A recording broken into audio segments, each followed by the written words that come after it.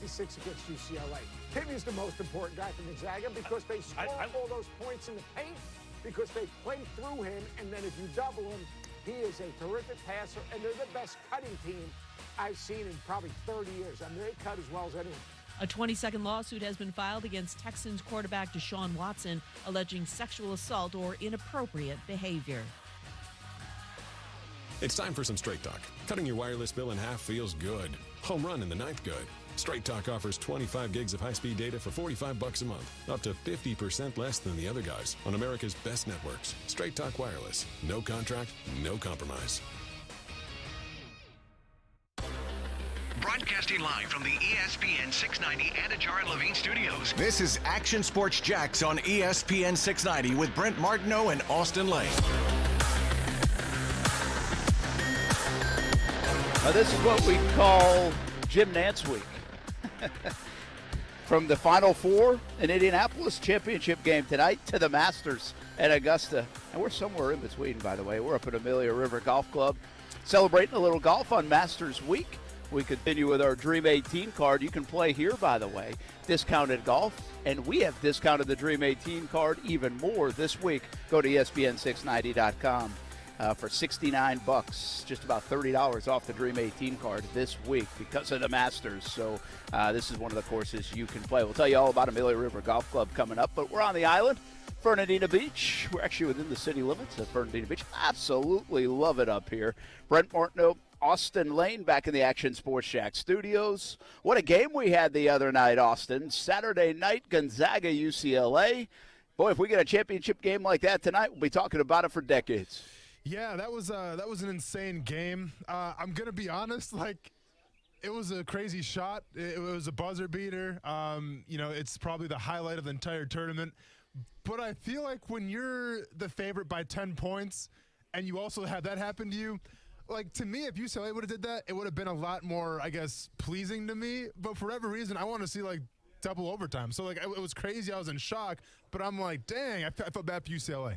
Yeah, I did too. I mean, UCLA played just about a perfect game. I thought it was a well-played game, and we have recency bias, right? So everybody all of a sudden is like, that's the greatest game ever played on Saturday night. And I say, wait a minute, now hold the phone. I think I just saw a couple of years ago North Carolina play Villanova in a championship game that was one for the ages. And I think that will be underrated, one for the ages. There were a couple shots down the stretch of that game. But front to back, I think this one had the argument for it. Just superb play. And, again, we get the two best teams in college basketball. UCLA wasn't one of the best teams in college basketball all year. Baylor was. Gonzaga is. And now we get that one tonight. And maybe it lives up to the hype, Austin. I mean, this is kind of what you want in sports. I think we love March Madness because of Cinderella, because of all the different things and scenarios we can get, because of our brackets being busted. But at the end of the day in sports, you do like when the two best teams compete for it all. And that's what we got tonight. Without a doubt. And it's crazy because this has been obviously a wild tournament. You had a lot of double-digit seeds make it a long ways, and it looked like everyone's bracket was busted right away. But at the end of this, when the smoke has cleared and the dust has settled, you had the two best teams through this, through this crazy year, number one, but this crazy tournament as well. So while I don't know. I don't know how I'm excited because we're seeing the two best teams, and I get that. But to me, it loses a little bit of its luster because it's almost like, well, we kind of predicted this. We've kind of seen it coming. But at least from my perspective, I thought, well, there's no way it's going to be Baylor and Gonzaga. Something crazy is going to happen. And while crazy stuff did happen, you saw the two best teams. Well, here's the deal, right? I mean, I guess we were all guilty of this. I was like, greatest tournament ever. That's what I tweeted after that game on Saturday night. And the reason why I feel that way, and although that's probably not true, I understand that. Somebody else, kind of chimed back in and said, hey, really, this was like the only good game of the tournament. And I was like, wait a minute. No, it wasn't. There's been a lot of good games in the tournament. And in March, the one thing you want is a crazy first 4 days. The round of 64, the round of 32. We love that about March, right? We love about the NCAA tournament when there are upsets. And, you've got the 12 seeds and the 11 seeds and the 10 seeds, and not all chalk is winning. But then at the end of the day, when you go to the end of it, you really want some of the best teams still around so we see good games that result in championships. I think we got the best of both. I mean, we've got the two top teams. We got a Houston team that was very good and different, and then we have a UCLA team, which is kind of like the epitome of sports. They are this program that obviously comes with a ton of history, but they were playing the best right now of almost anybody. I mean, they played excellent for the last 3 or 4 weeks. And that's what sports offers in the postseason. And, by the way, I know UCLA isn't a Cinderella, but it does come with an 11 seed attached to it. That makes it, for me, forget about what happened in between. Take the first 4 days and take the last 2 days, and I think that's what we remember all the time about the NCAA tournament. We hardly remember the Sweet 16 games or the Elite 8 games. I think that's what made this tournament special. I think it lived up to the hype, and it probably will go down for me as one of the most memorable tournaments that we've ever had.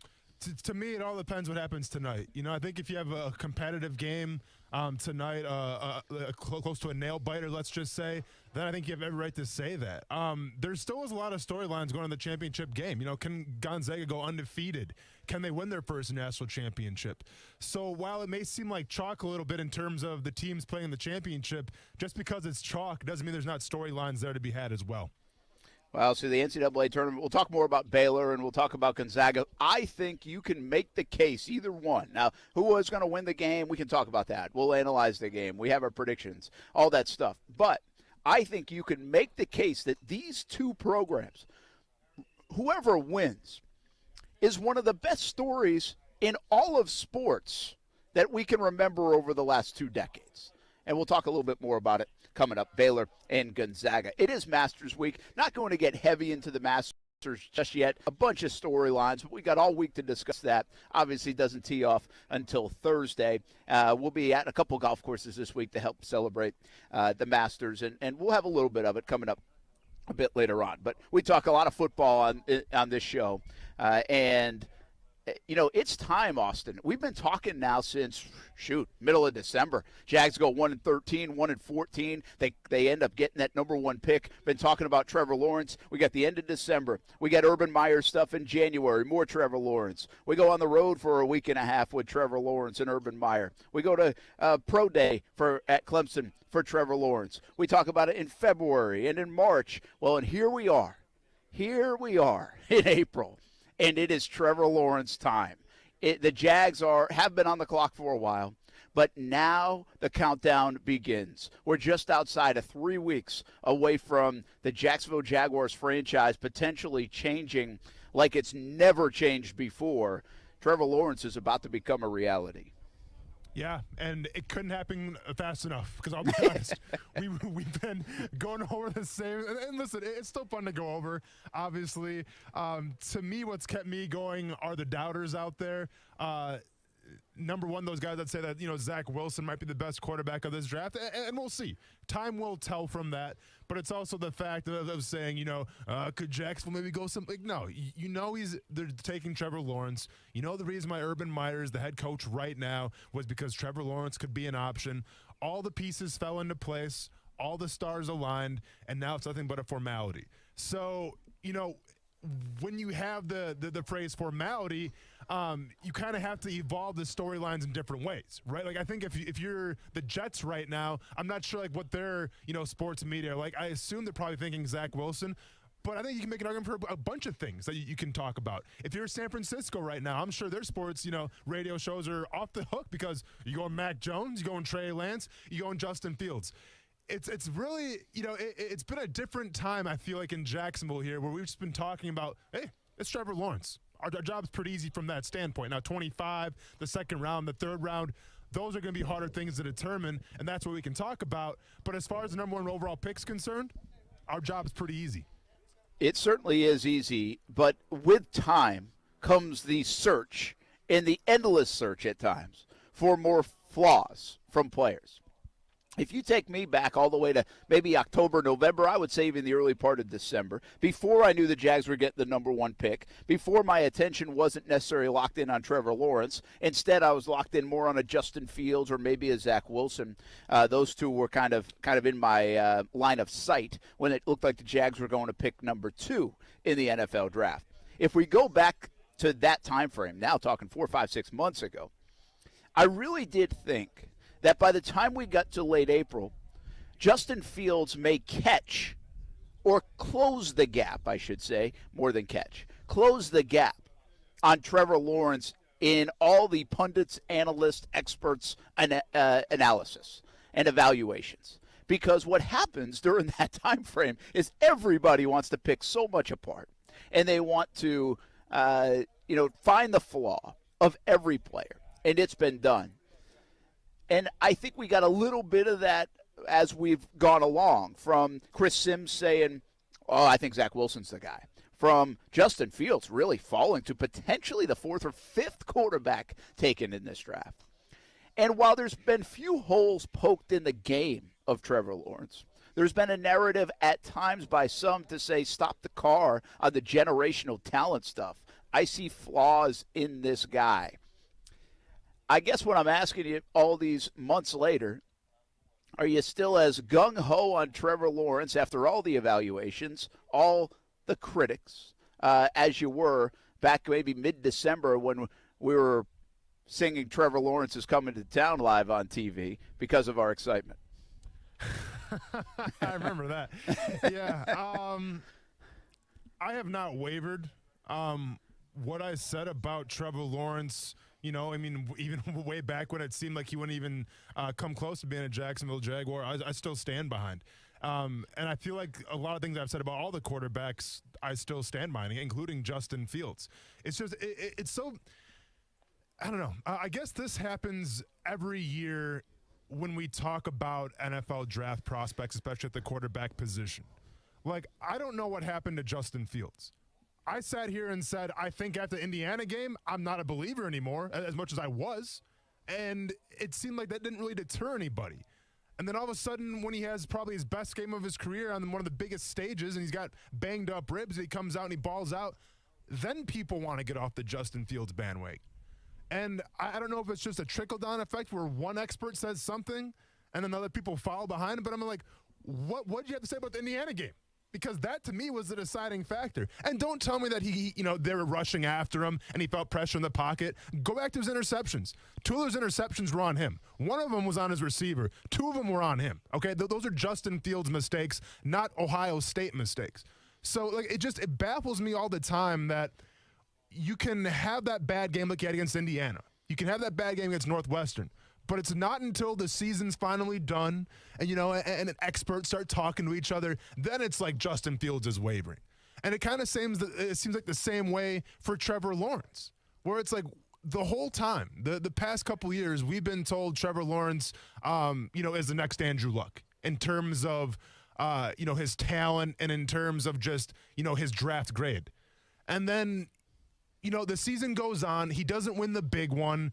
But then after the season, then it's like, well, this Zach Wilson guy. Well, okay. But it's crazy to me how you can go through your entire college career and be the guy.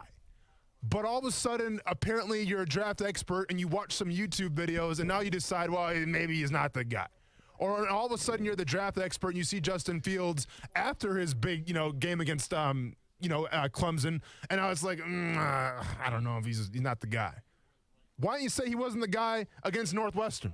Why don't you say he wasn't the guy against Indiana? So I get it. You talk to scouts, they say stuff. You talk to GMs, they say stuff. It could be a smokescreen, all this stuff. I mean, ask Dan Orlovsky how that's going for him right now. But at the end of the day, I'm going to stick by what I think about Trevor Lawrence. And it's the same thing I've always said since his freshman year when he beat Alabama. I'm like, that was the only time I counted against Trevor Lawrence. When he played Alabama, I'm like, there's no way this freshman's going to come in. I don't care how touted he is. I don't care how great his hair looks. There's no way he's going to go against Alabama on the biggest stage and beat them. And he did. And he shut me up. And since then, he's earned my respect. So I'm going to stand by that. I think he's going to be a great talent, probably the best talent since Andrew Luck. And we'll see just how good he can be.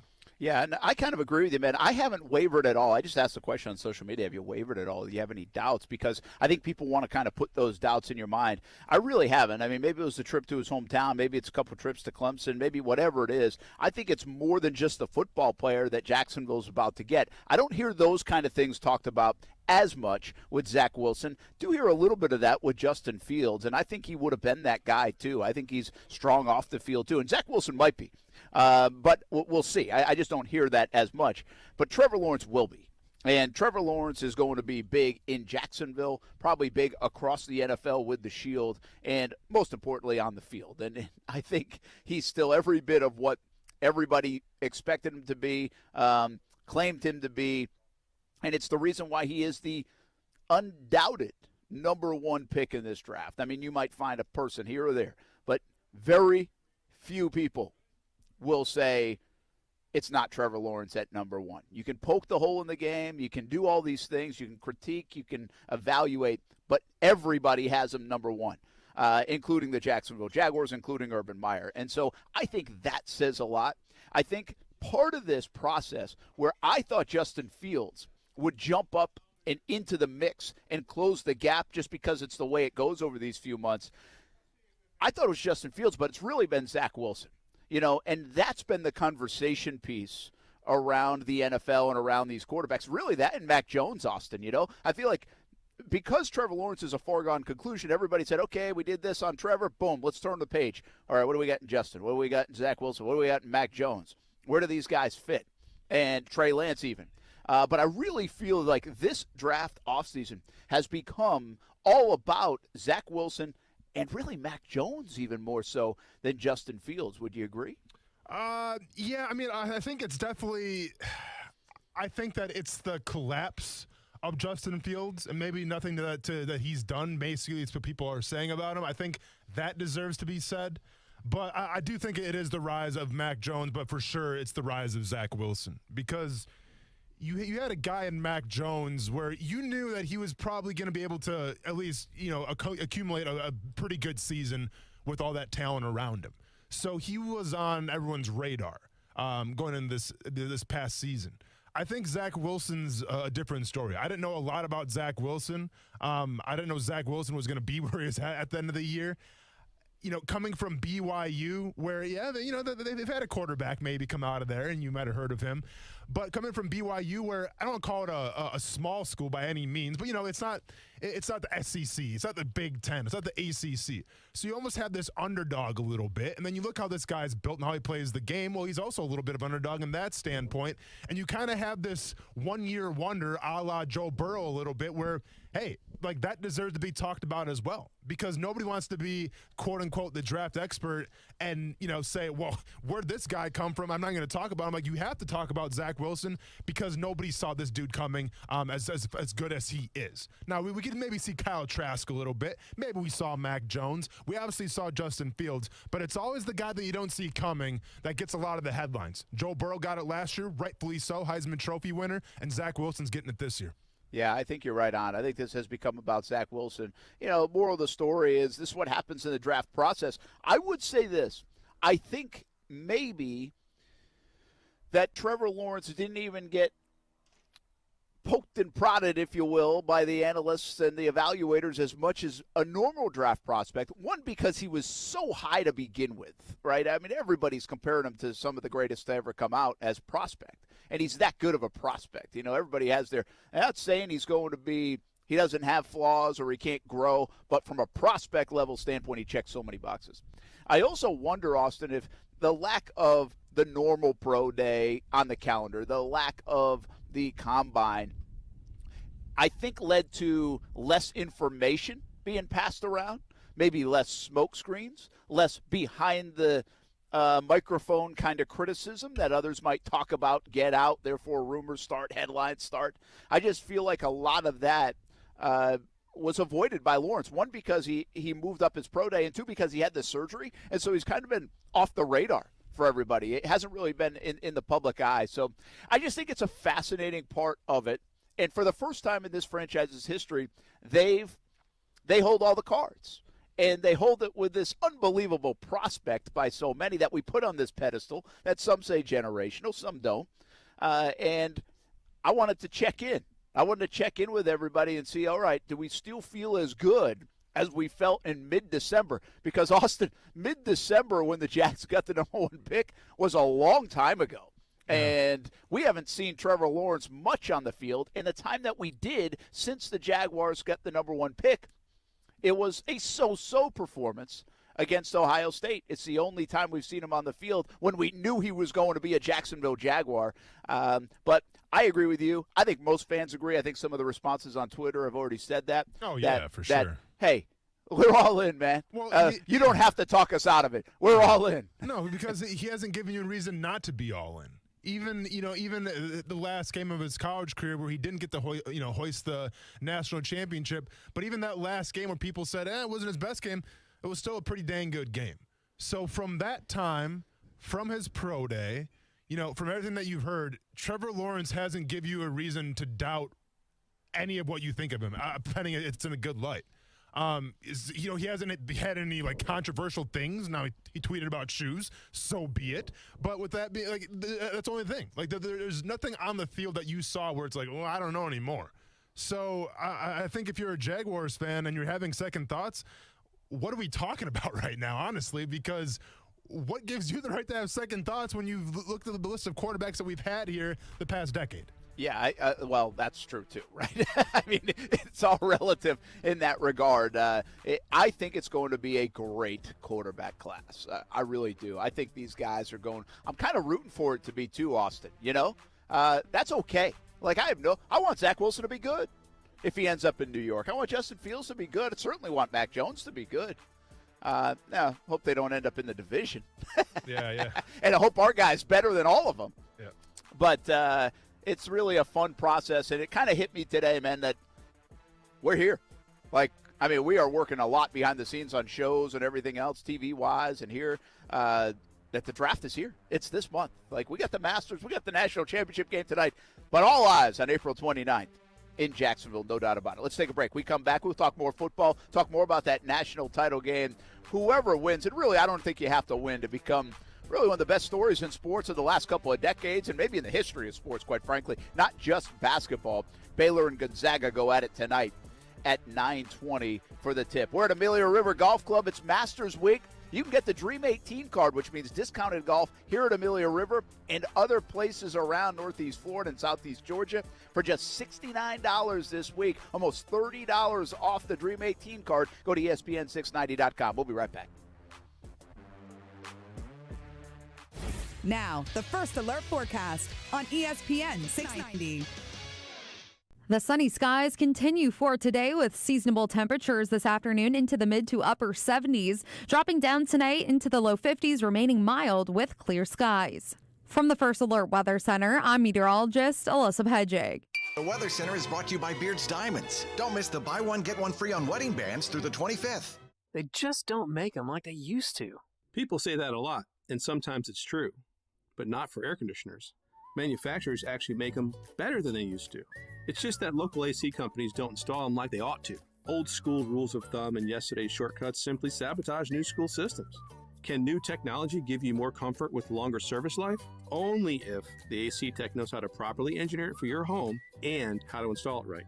So techs that don't understand inverters, low voltage controls, and how to configure the software, dip switches, and refrigerant charge for Florida humidity, they'll totally turn it into turd buckets, especially if they just do a swap the box install without fixing your ductwork and airflow. My point, the better the technology, the more important the install.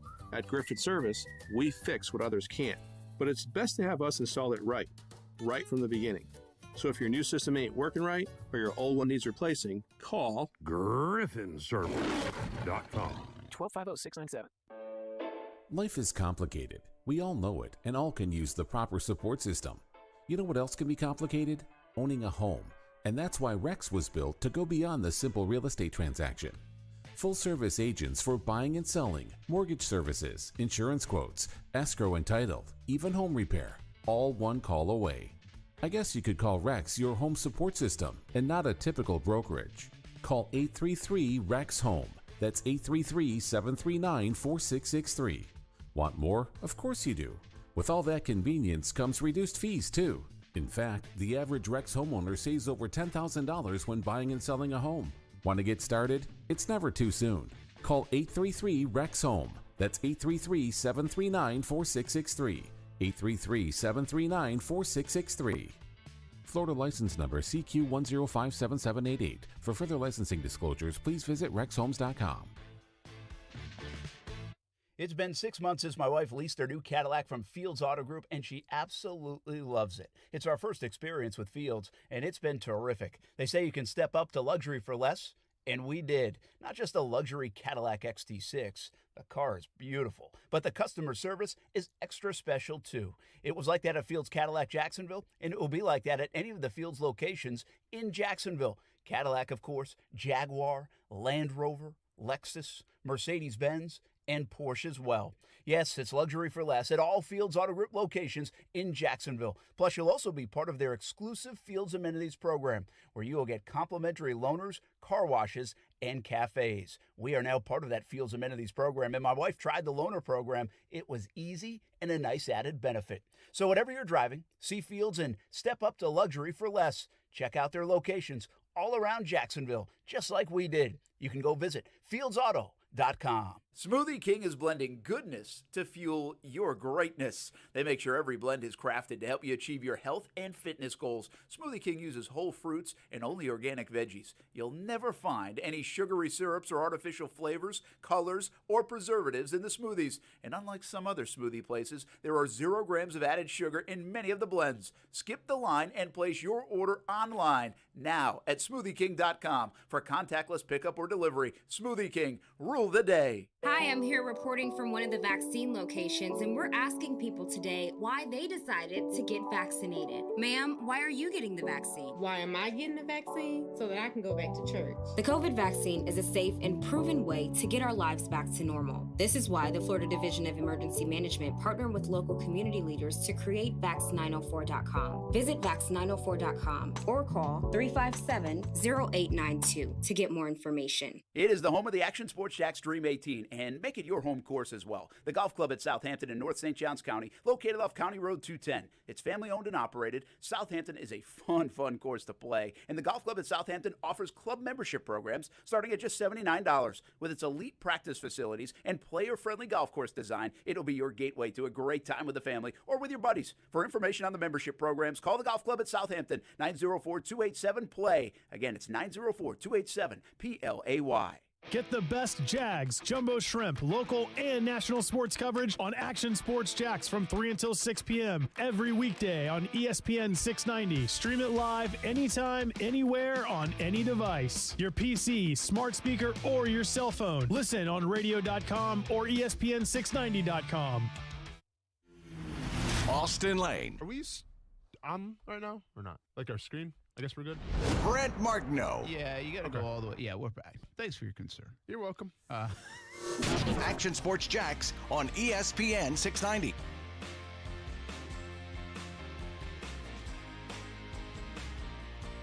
But the more I watched Zach Wilson, the more I'm very, very intrigued. Now, I don't think he's at the level. I've heard some say he's Aaron Rodgers, he's Patrick Mahomes. I don't think he's at that level.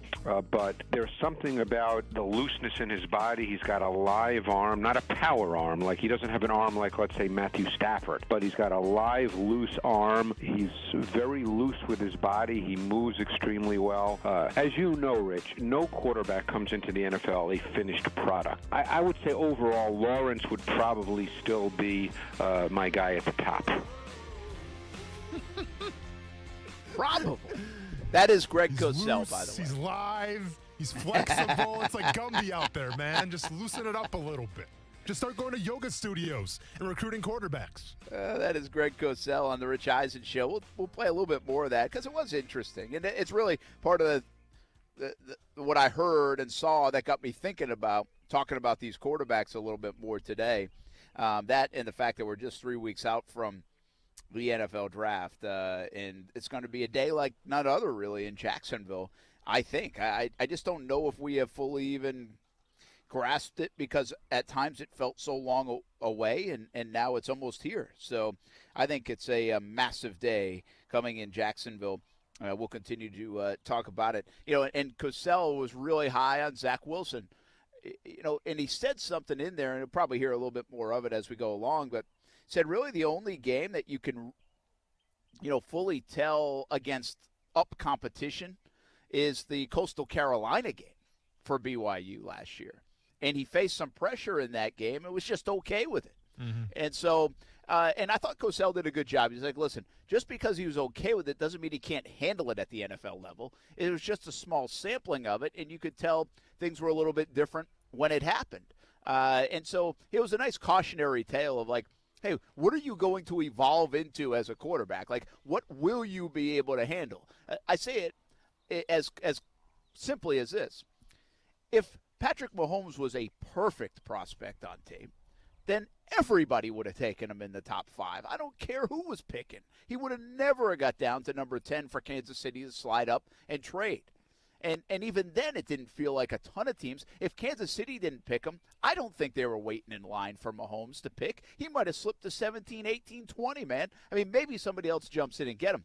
But it just shows you, as good as Patrick Mahomes is, there are some things we can't answer by watching these guys in college. And sometimes, Austin, that comes out as good or bad. Like, some of the answers might not be the answers we want to see or know. And that's the case with Trevor Lawrence. That's the case with Zach Wilson. That's the case with all these guys. Yeah. At the end of the day with Zach, like, I don't know. We'll see with Zach Wilson. I get there's a lot of intrigue. You know, the talent, like with Joe Burrow is one thing. Because Joe Burrow won the Heisman and he won a national championship against, you know, some of the best competition in college football. Not taking away anything from Zach Wilson and the competition that he played, because when he played that competition, he still shined. Like, he still made you watch his film.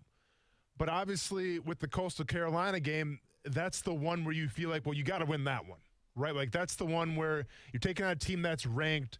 This is your chance to shine. Like, this is your big stage right now. And while they didn't win the game, I have to go back and check his stats again, but I don't think it was his best game that he played in. So is that a red flag? Well, I don't know. It's one bad game. And guess what? Patrick Mahomes played probably a lot of bad games. So I'm not sitting here and saying I'm a Zach Wilson non-believer. I'm just saying when you have these one-year wonder type of guys, it helps when you play guys in the SEC like, you know, Joe Burrow obviously did. Jonathan Cordell jumped in on social media when I asked, are you concerned at all, anything wavering? And he said, my only concern is that the level of confidence is so high that if we see struggle in year one, which isn't uncommon for year number one, our fans will freak out and make knee-jerk judgments. It's going to be interesting to see how he starts, Trevor Lawrence does, in Jacksonville. I've said this countless times. I feel good about the way he'll start. One, we know this. There's no question he's going to be the guy day one. That's a foregone conclusion. A lot of guys are, but not everybody is. And Mac Jones could end up in Atlanta or San Francisco and definitely not be the number one guy. Trey Lance, I think, could end up in a spot for sure. He won't be the number one guy right away. And so I think Trevor Lawrence, we know this, and we agree with this, Austin, he's going to be the top guy from day one. I also have a little bit of confidence that if you look at the trend in the track record for Trevor Lawrence, his first year shows no growing pains. I'm sure there are hidden growing pains, but he won a national title in year one with Clemson once he got in the lineup, and he was terrific as a freshman quarterback even in high school when he got in there. So he kind of came in and impressed right away. I expect him to do the same as well. That's not to say he won't grow and evolve and be a better quarterback 3 years down the road than he is in year one, but I actually have a confidence that he's going to come in and play pretty well. And the last part of that, Austin, is this. I believe, and I've said this countless times, when you have a rookie quarterback, a young quarterback, when you're 1-15 and you're picking number one overall, you're the Colts and Peyton Manning, you're 1-15 for a reason. And a lot of times it's because the offense stinks. I don't think the Jags offense stinks. I think the Jags have pieces around him. They added more in free agency. They'll add more in the draft. I think their offensive line is very suitable to welcome a rookie quarterback into the league, way better than, say, Cincinnati a year ago. So for all those reasons, I'm not telling you he's going to be the MVP in year one. I'm not telling you he's going to win 10 games in year one. I just think his floor for his career is already higher than most, and I actually believe his floor for year one is pretty high because of all those things I just mentioned. Do you think he wins Rookie of the Year? Yeah, I would say I would bet on him, yes. Okay. How about that? That's a great question. I'm going to say Zach Wilson would be in New York most likely. The other good guys are not playing. Who else would be? I guess you could go like Jamar Chase, those kind of guys, right? Yes, correct.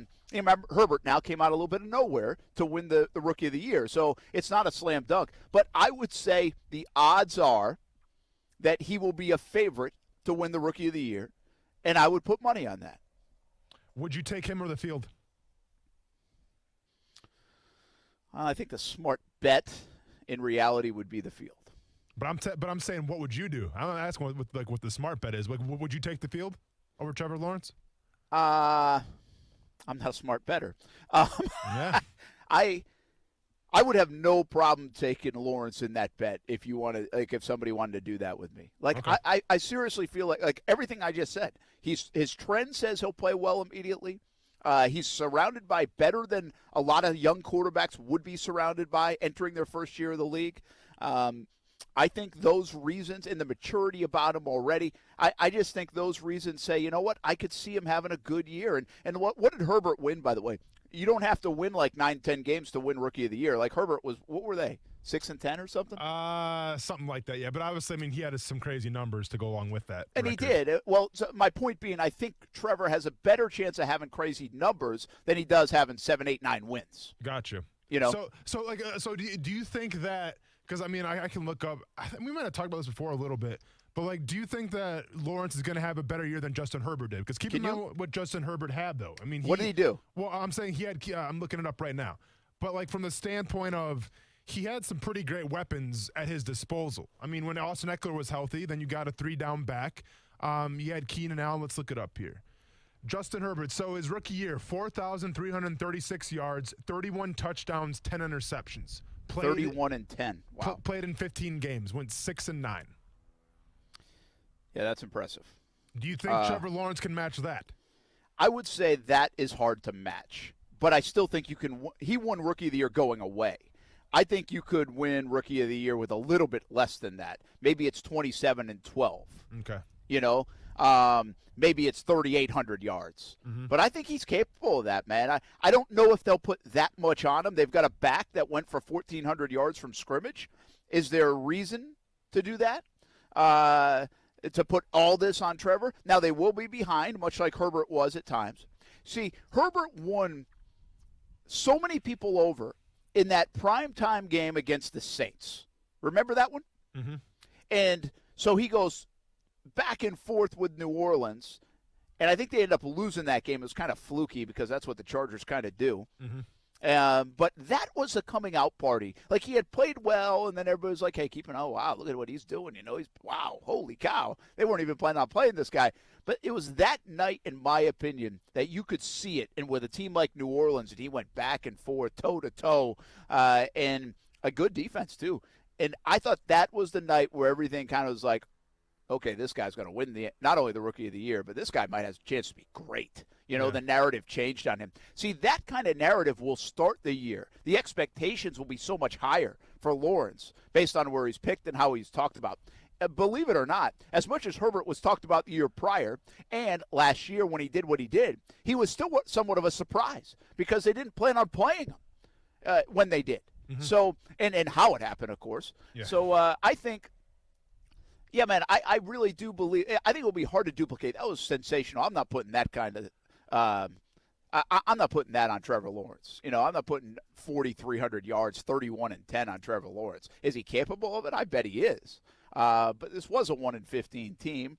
I think you do take your lumps a little bit at times, and I think mistakes are there to be made. So I would be surprised if it's that kind of good statistically. But if he has a game in prime time or on a late Sunday afternoon, like Herbert did, if he brings them back and keeps them in the mix, a couple of game-winning drives, almost like Minshew did that rookie year, Austin. Mm-hmm. If he can do some of that, well, he's going to win Rookie of the Year going away, is my point. So, agreed.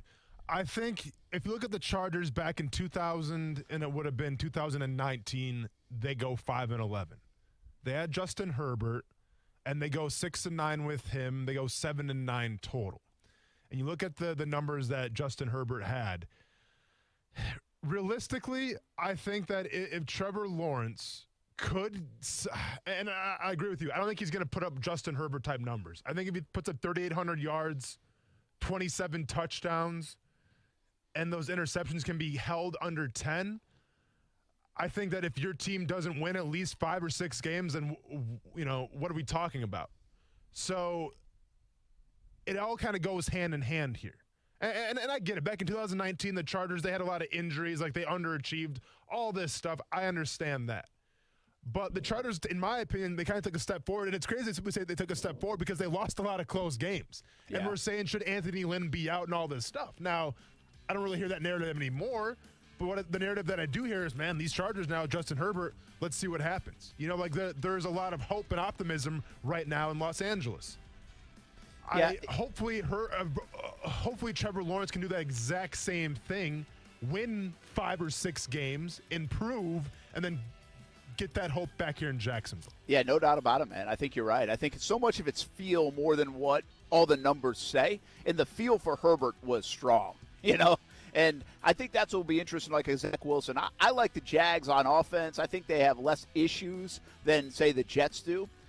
So there might be more struggles for a guy like Wilson. I think Mac Jones and Trey Lance have a very good chance to sit early on. So, and then, again, there's a bunch of receivers here. Kyle Pitts could be in this conversation, for a Rookie of the Year. But I think that's the nice part about this. The Jags have been on the forefront of a lot of different things. I think his name is going to be right there as one of the favorites, if not the favorite, to win Rookie of the Year. That's a pretty cool thing. And he's got a 1,400-yard back to start things off with in the backfield. That's not a bad thing at all. I can't imagine there's been too many rookie quarterbacks to have that in the backfield starting from day one. Let's take another timeout. We're live at Amelia River Golf Club. It's Masters Week. Don't forget, check out the Dream 18 card, discounted down to $69 this week. You can do that on ESPN690.com. We'll be right back.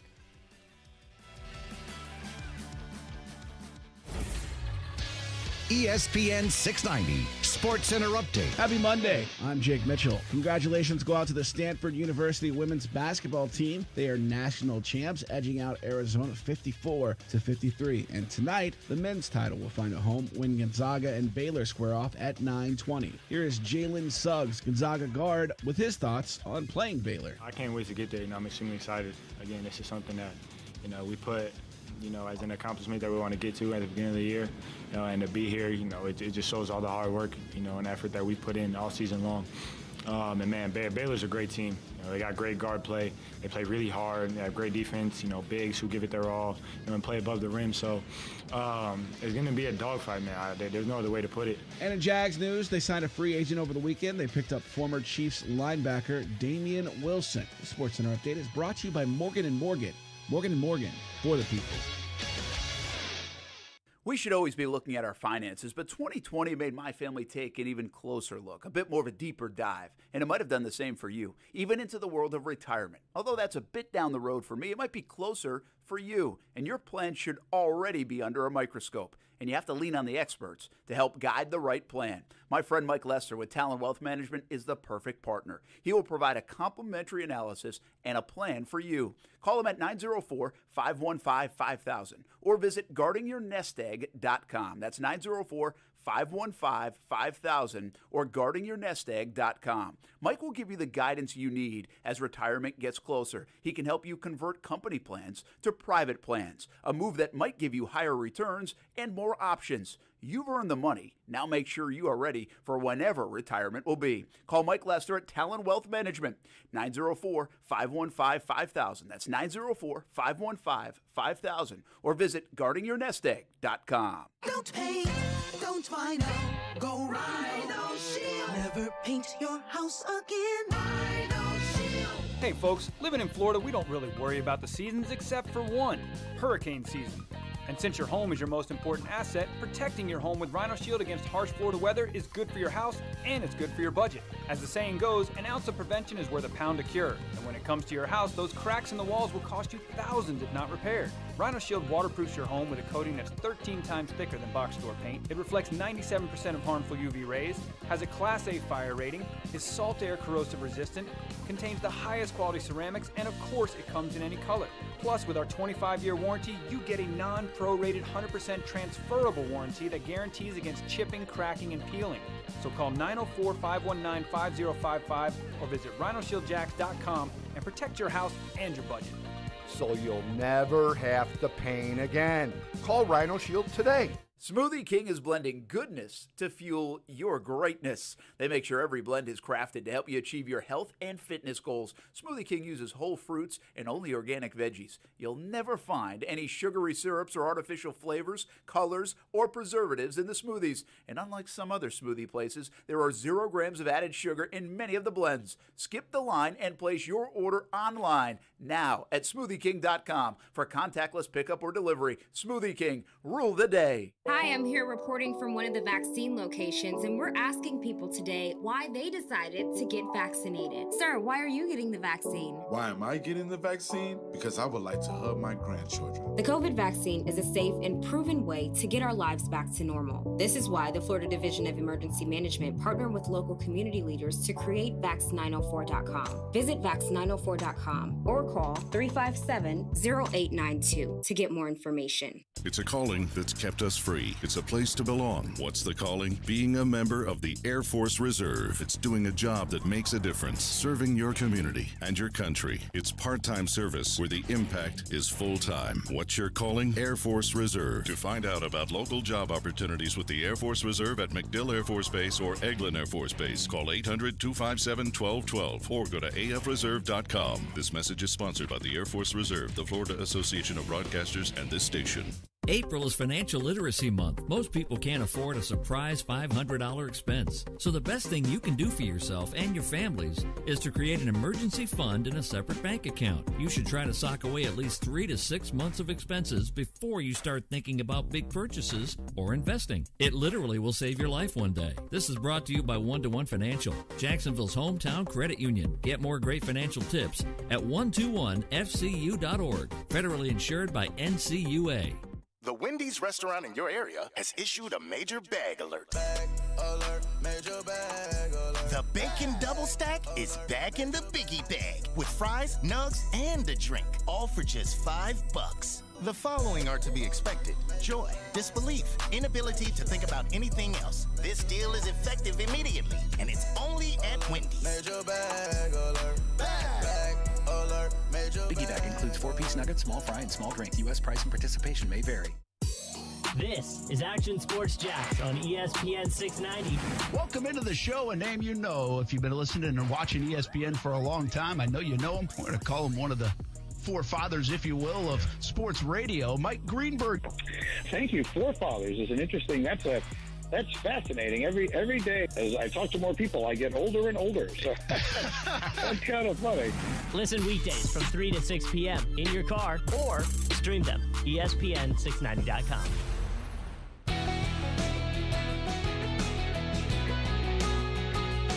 You know what I do? I watch the tape. I've actually been around Trevor Lawrence, and he's a terrific kid, but I've not been around Zach Wilson, so I couldn't speak to that. But I think there was a sense of Lawrence, and this doesn't concern me when I watch tape, as you know, Rich, because you know what I do, but there was a sense that Lawrence was generational, and I think people started with that as their standard. So anything less than talking about him in that way meant that, oh my God, what's wrong? Something's wrong here. I didn't start there. I just put the tape on. I think that Trevor Lawrence is a very good prospect. He's got high-level traits in many areas, but I did not come away from watching his tape. And by the way, I watched 8 games in 2019 and 8 games in 2020. Right. So I watched 16 full games. I did not come away watching Trevor Lawrence tape thinking that he was generational.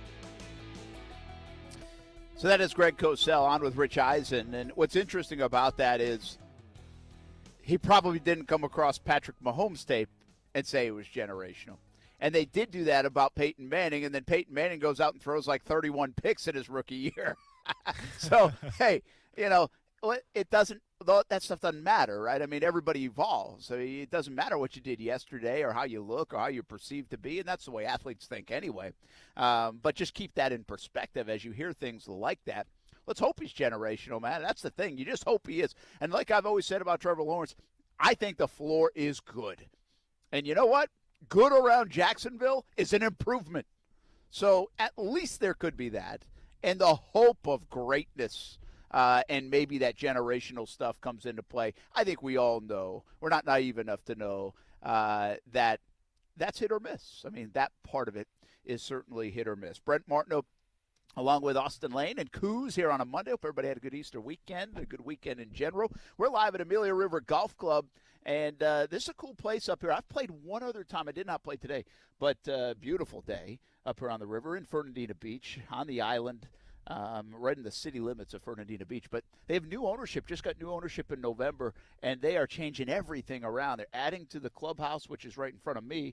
Behind me, they're redoing the driving range, putting a pro shop in. They're spending a lot of money on the golf course, and a lot of good things happening at Amelia River Golf Club. Come on, check it out. This is what the Dream 18 card, by the way, is all about, discounted golf. Like before 3 o'clock here at Amelia River, it's like $90-something to play, 18 holes. Well, with the Dream 18 card, it's $55.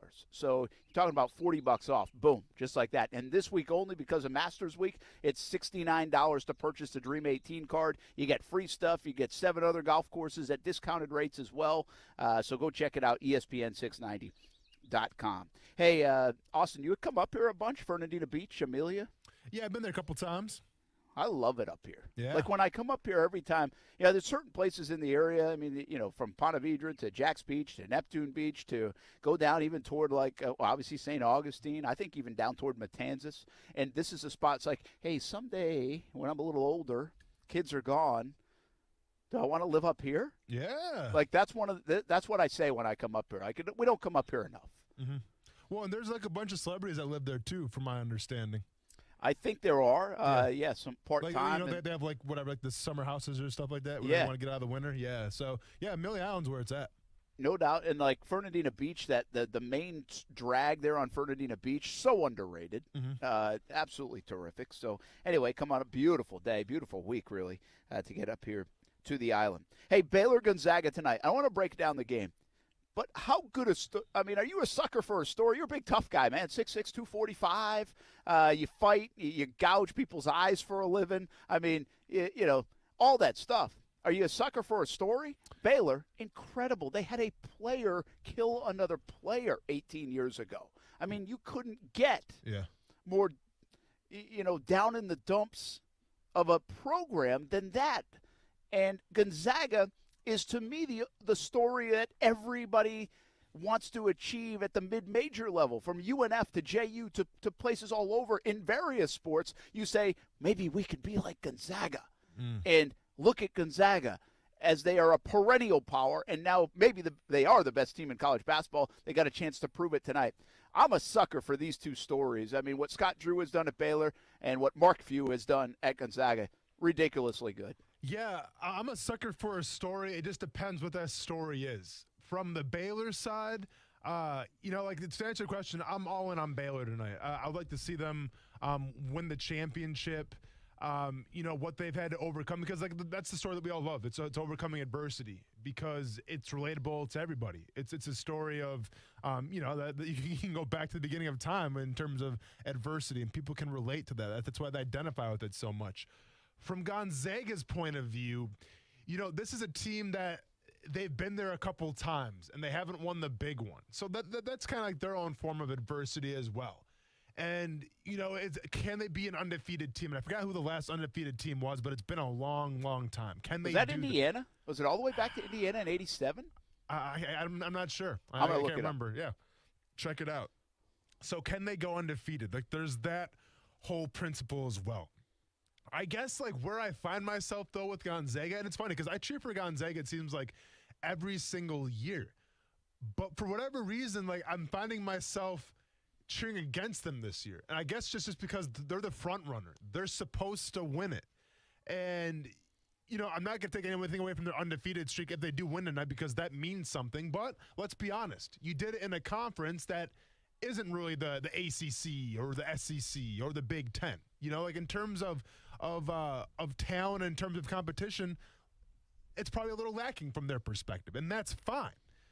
But for whatever reason, and like I said, I don't know if it's the fact that they come from a smaller conference. I don't know if it's the fact that they're the front runner, but I find myself this year, for whatever reason, going against Gonzaga. Yeah, and I think some people are, although I'm not. I picked Texas to win this whole thing. Yeah. And by the way, if UCLA, just a note, You know how bad I was in this pool earlier on? Well, if UCLA had won the national championship, I would have been in the money in third. How about that? Just wanted to brag about that. That's called a comeback. Ben Becker tells me, and I just looked this up as well, I had Indiana right, but it was 75-76 Indiana team that went 32-0.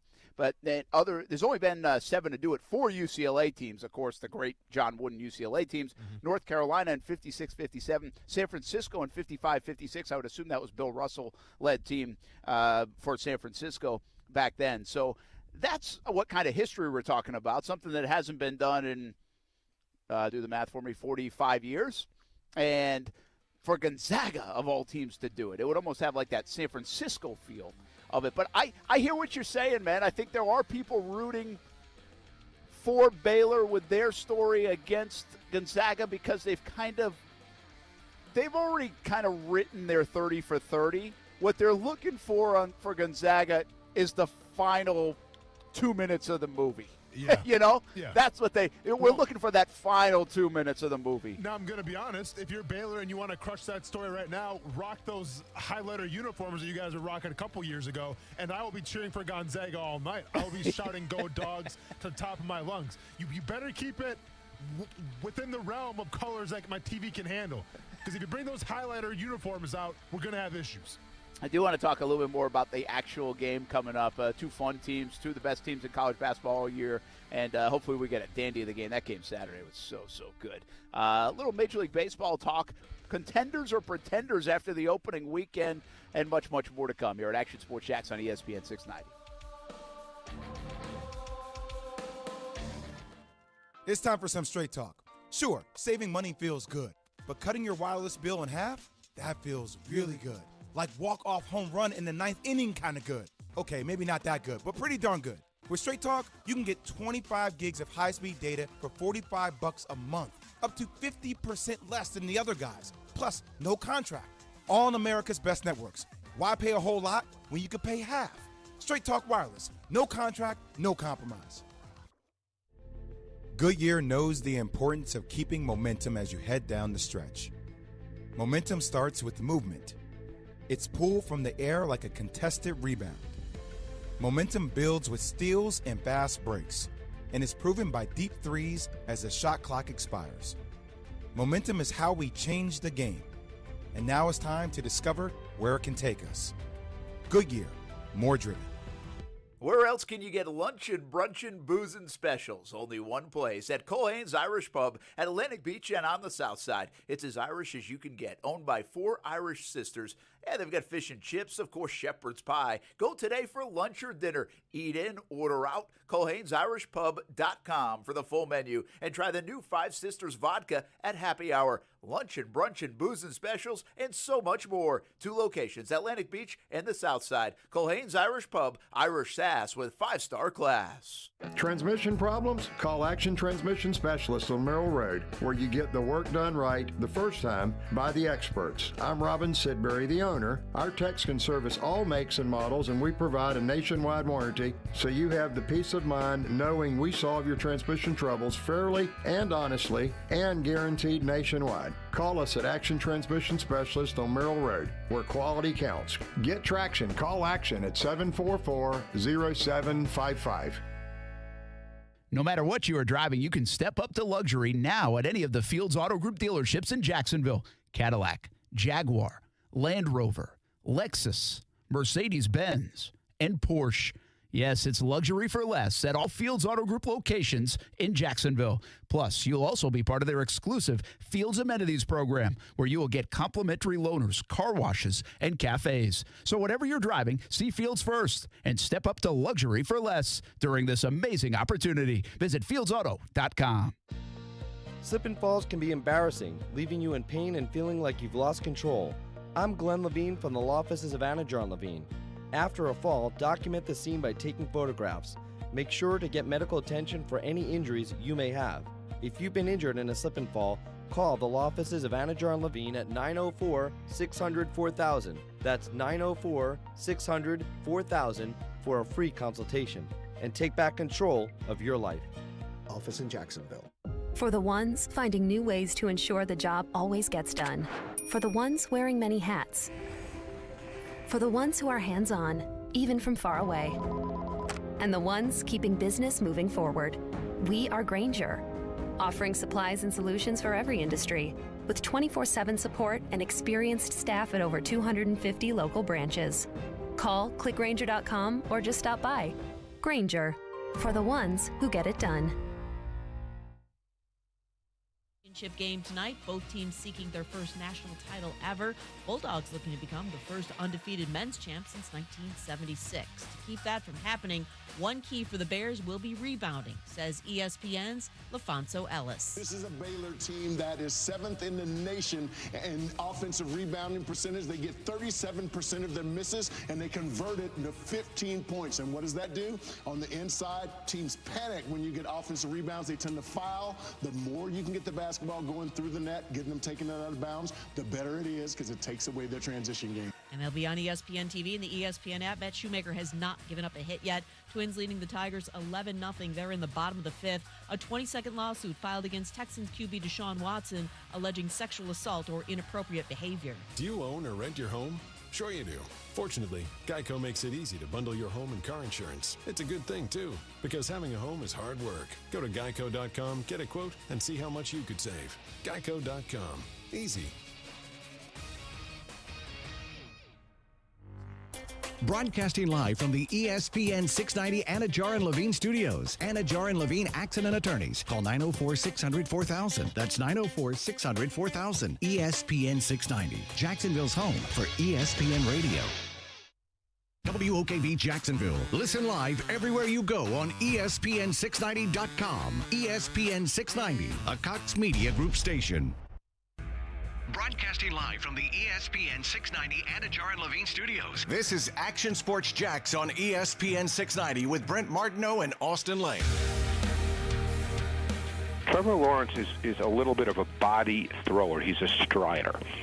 And if you look, which I did very carefully, at the playoff games he's been in over the last 2 years, when he gets pressure up the middle, because he's a strider and because he throws with his body, he's not a short strider. He steps into it, and he gets his body into his throws. He tends to rush his mechanics when there's pressure in his face, inside. And when he rushes his mechanics, he tends to get a little scattershot and inaccurate. Now, there might be games where you go through a whole game and you don't face that kind of pressure in a given game. There might be a game where you face that pressure on 7 or 8 throws. Every game is different. Every game plays out differently. But that's something that I think is again, a question. These are not situations where you're saying, oh, he can't play in the league, he's no good. It's a question. The tape told me it's a question. I love the little chuckle. What are you watching? What is this, the Ring? Well, what else did tape tell you to do? What are we talking about here? Would you put the VHS in the cassette?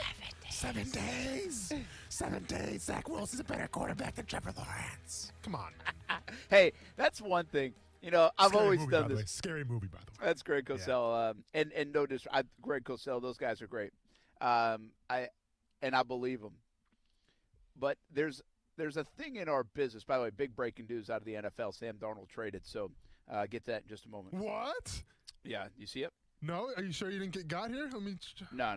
Sorry. We were watching the Twins game where Kuz just jinxed the no-hitter.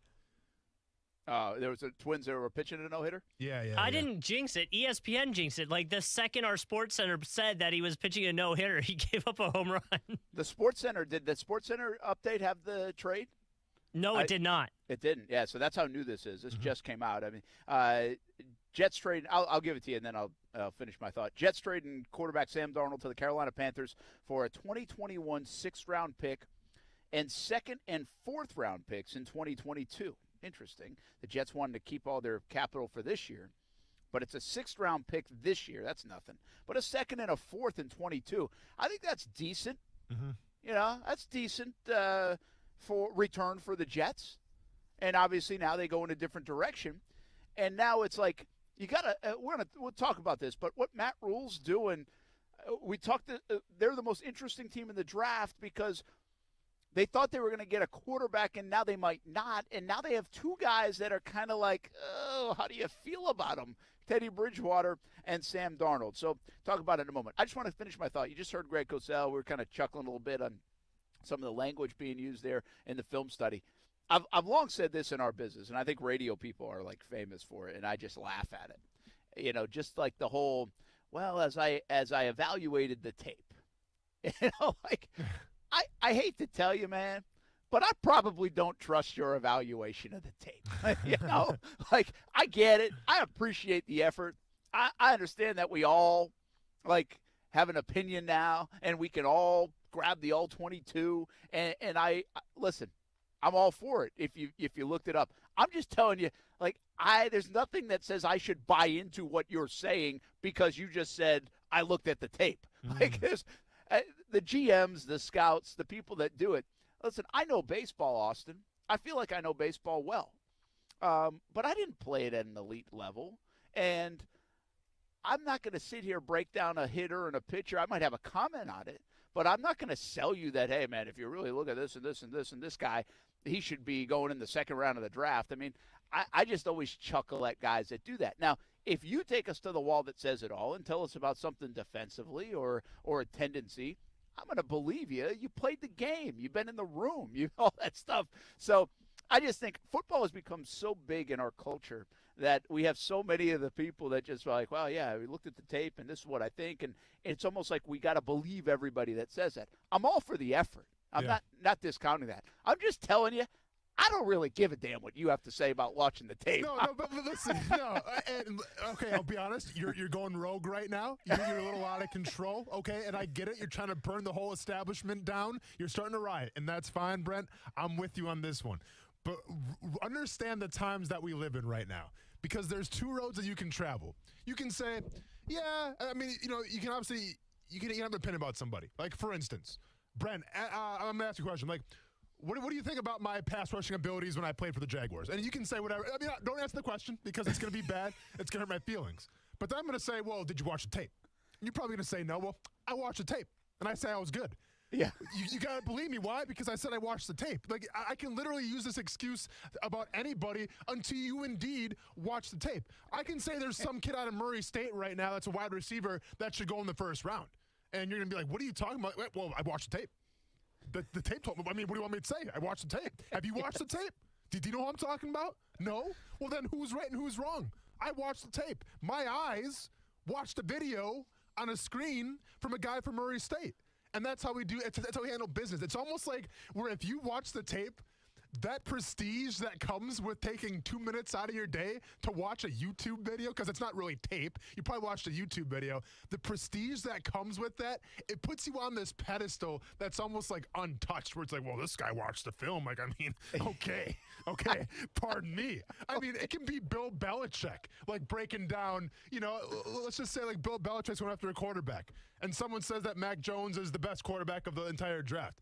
Well, Bill Belichick can go, well, I don't know. I've seen Trevor Lawrence, Zach Wilson. And they can ask Bill Belichick, how much tape did you watch? Well, I watched a little here. Well, I watched like 5 days worth of tape, Bill. So, unfortunately, you got to defer to me because I watched more film than you did. Like, that's the ultimate, you know, one-upping quote is saying I watched the tape. That's true. So true. It is so true. And I just have never listen, I appreciate the people that put the effort in. I also appreciate the people that will watch a game back, you know, and really break down and be like, you know, and some of the beat guys do a really good job of that. But that's different than like evaluating draft talent watching the tape. Like, watch the tape, man. Like, I want that question actually to be asked, like to Urban or to Belichick or somebody. Coach, I spent all last night watching the tape, and like that's what I want the question to be. Was it a tape? Was it the tape? What tape was it? So anyway, it's one of my like. It's not even like a pet peeve. I appreciate it. It's just kind of like this red flag to me whenever you watch. Now, I'm not even killing Cosell here because Cosell's been doing it for years and years, and he's probably very good at it. You know, he's probably broken. He's probably been around NFL people enough where, like, you can learn a trait or this or what to look for. But I'm just not. I'm just telling you, I haven't been around that. Like, I haven't sat in an NFL guy's office to be like, hey, here's what you should look for in a quarterback and blah, blah, blah, blah, blah. Yeah. So well, I'm not watching the tape. I'm just telling you, I'm glad that we've had this conversation because starting today on 4/5/2021, anytime you and me go back and forth about a player like Kyler Murray last year, if I don't get my way and I feel like the conversation's going in your direction, I'm just going to be like, well, Brent, have you watched the tape? Because I've watched the tape. So you tell me what's up. That's going to be a new comeback. I've watched the tape.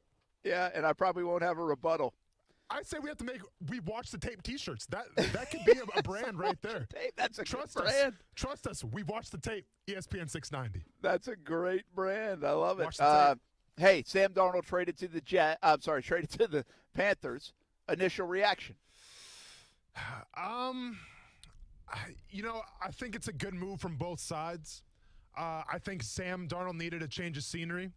I think he is an upgrade against Teddy Bridgewater, with all due respect to Teddy. But I think that if you're a Panthers fan, you like that, especially from the Panthers side, where you weren't necessarily guaranteed to get, one of those top 3, top 4 guys. Now, maybe you could have traded up for a Trey Lance if he's going to be there, or Justin Fields if he's going to be there, or maybe a Mac Jones. But instead, you go with more of the sure thing. And I'm not sure how many years he has in his contract left, Brent, but I assume it's only 1 or 2. So that way, if it doesn't work out, then you can re-up in the draft in the up-and-coming seasons. Yeah, I would think Darnold should have 2 years left on his deal, if I'm not mistaken. Let's check that, though. Yeah. Here's what the Jets are saying. Joe Douglas, here's a quote. I want to publicly acknowledge the commitment, dedication, professionalism Sam displayed while with the Jets. He's a tough-minded, talented football player whose NFL story has not been written yet. While all these things are true, this move is in the short and the long-term best interest for both this team and him. We thank Sam for all his work on behalf of this organization. Wish him well as he continues his career. Let's take it from the Jets' point of view. Well, and Brent, real quick here, he's got 2 more years left, I believe, on his contract. Yeah. Yeah, I think you're right. Yeah. I think that sounds right. Yeah. So let's take it from the Jets' point of view. And I think this is the right move. I do think Sam Darnold's better than what we've seen. I say this all the time, and I'll just say it quickly. Whether you're in your business or whether Sam Darnold's in his business, your only wish that your employer will do for you is put you in a position to be successful. And I'm not so sure they did that for Sam Darnold. From Adam Gase to everybody around him, just the way that football team was built. Didn't do it. Sam Darnold didn't play excellent. He could have helped himself. But my point being, I agree with Joe Douglas. I don't think the NFL story on his career is written yet. And so I like the move for the Jets because you're not going to erase the last couple of years, and you're sitting pretty on a potential gold mine to refresh that position like you can't get. Yeah, they didn't get the number 1 pick, but they got Zach Wilson, Justin Fields, Mac Jones, Trey Lance, whoever you want. You get the pick of the litter. Yeah. And so it makes perfect sense for the Jets to move on from Darnold rather than try to protect him a little bit or keep him a little bit or be stronger in the position. It just didn't make a lot of sense for Darnold to continue his career in New York, although I do think he has the ability to resurrect his career somewhere else, and maybe it is going to be Carolina. They also got a 2nd and a 4th and 22, and they get a 6th and 21, which is really not much in my opinion. But the collection of draft picks is pretty good. Yeah. It's pretty good. So I think for a 2nd, 4th, and a 6th to recoup, plus the 2 years of what Darnold, plus to reset the position, the optics, the aesthetics, the everything else, I think it works out to be a pretty darn good move, and we know they're going quarterback at number 2. Where are the Panthers picking there at number 8, right? Still 8, yeah. So, I mean, who's to say maybe a quarterback doesn't slip to them as well? And maybe let's say, for instance, let's say that the Mac Jones hype is real. And he's going to San Francisco. Okay, now, once again, there's a lot to be said for that, but let's just say that indeed happens. Or maybe they get Justin Fields. What happens if Trey Lance falls to Carolina then? Look, if you're Carolina, do you still pull the trigger on that, Brent? That's where I was going next. Okay. So now we go to the Panthers. Okay, and the other side, I want to just address 2 real quick. So from the Panthers side, you give up a 6th-round pick, you give up a 2nd-round pick, and a 4th-round pick. But, and I understand, we're talking about can Sam Darnold have a resurgence? But it's almost like, well, have we really seen Sam Darnold who he is? Because look at what he's had around him. Look at that organization the past couple of years. Now, I get it. The sample size is big enough. We should all have our opinions about Sam Darnold already. But it begs the question, if you put him in a new scenery, if you put him around a new offense, new coaching, all this type of stuff, I mean, you're essentially giving up a 6th, a 2nd, and a 4th to roll the dice and say, hey, this guy might be a Pro Bowler. We don't know. Let's find out. And if my opinion from the Panthers side, to me, that's worth it. Yeah. Here's the thing. I think this is a good job by the Jets. Let's just put that aside. I think we kind of agree. Good job, Jets. You're going to go get Zach Wilson or whoever you're going to pick. You got a couple extra draft picks for it. You move on from Sam Darnold. I think it's a new era. It's Robert Saleh. I think this makes sense. Good job. Now we take it from Carolina. And Carolina is an interesting we called them the most interesting team maybe in the draft a week ago. And I think they were. Now this maybe removes some of that. But I think what you just said about Sam Darnold, they already have Teddy Bridgewater, and you have Sam Darnold, who maybe you can get more out of. Maybe you can resurrect. Maybe you feel like this guy still got something, and maybe even more than Teddy Bridgewater. And so in today's standards of giving stuff up for a potential franchise quarterback, a second, a fourth, and a sixth is really not much at all, right? It's really not. To get a guy that has 2 years left on his rookie deal, I don't think that's much. So I'm okay with that. But what I would ask is two questions when it comes to Carolina. And I'm going to ask a third later, but two initially. One, is Sam Darnold even better than Teddy Bridgewater? I mean, Bridgewater's done a nice job in the NFL. Like, not a great job, but is he better? It's a fair question to ask. Is Sam Darnold better than Teddy Bridgewater? Let me ask question number 2 real quick. Okay.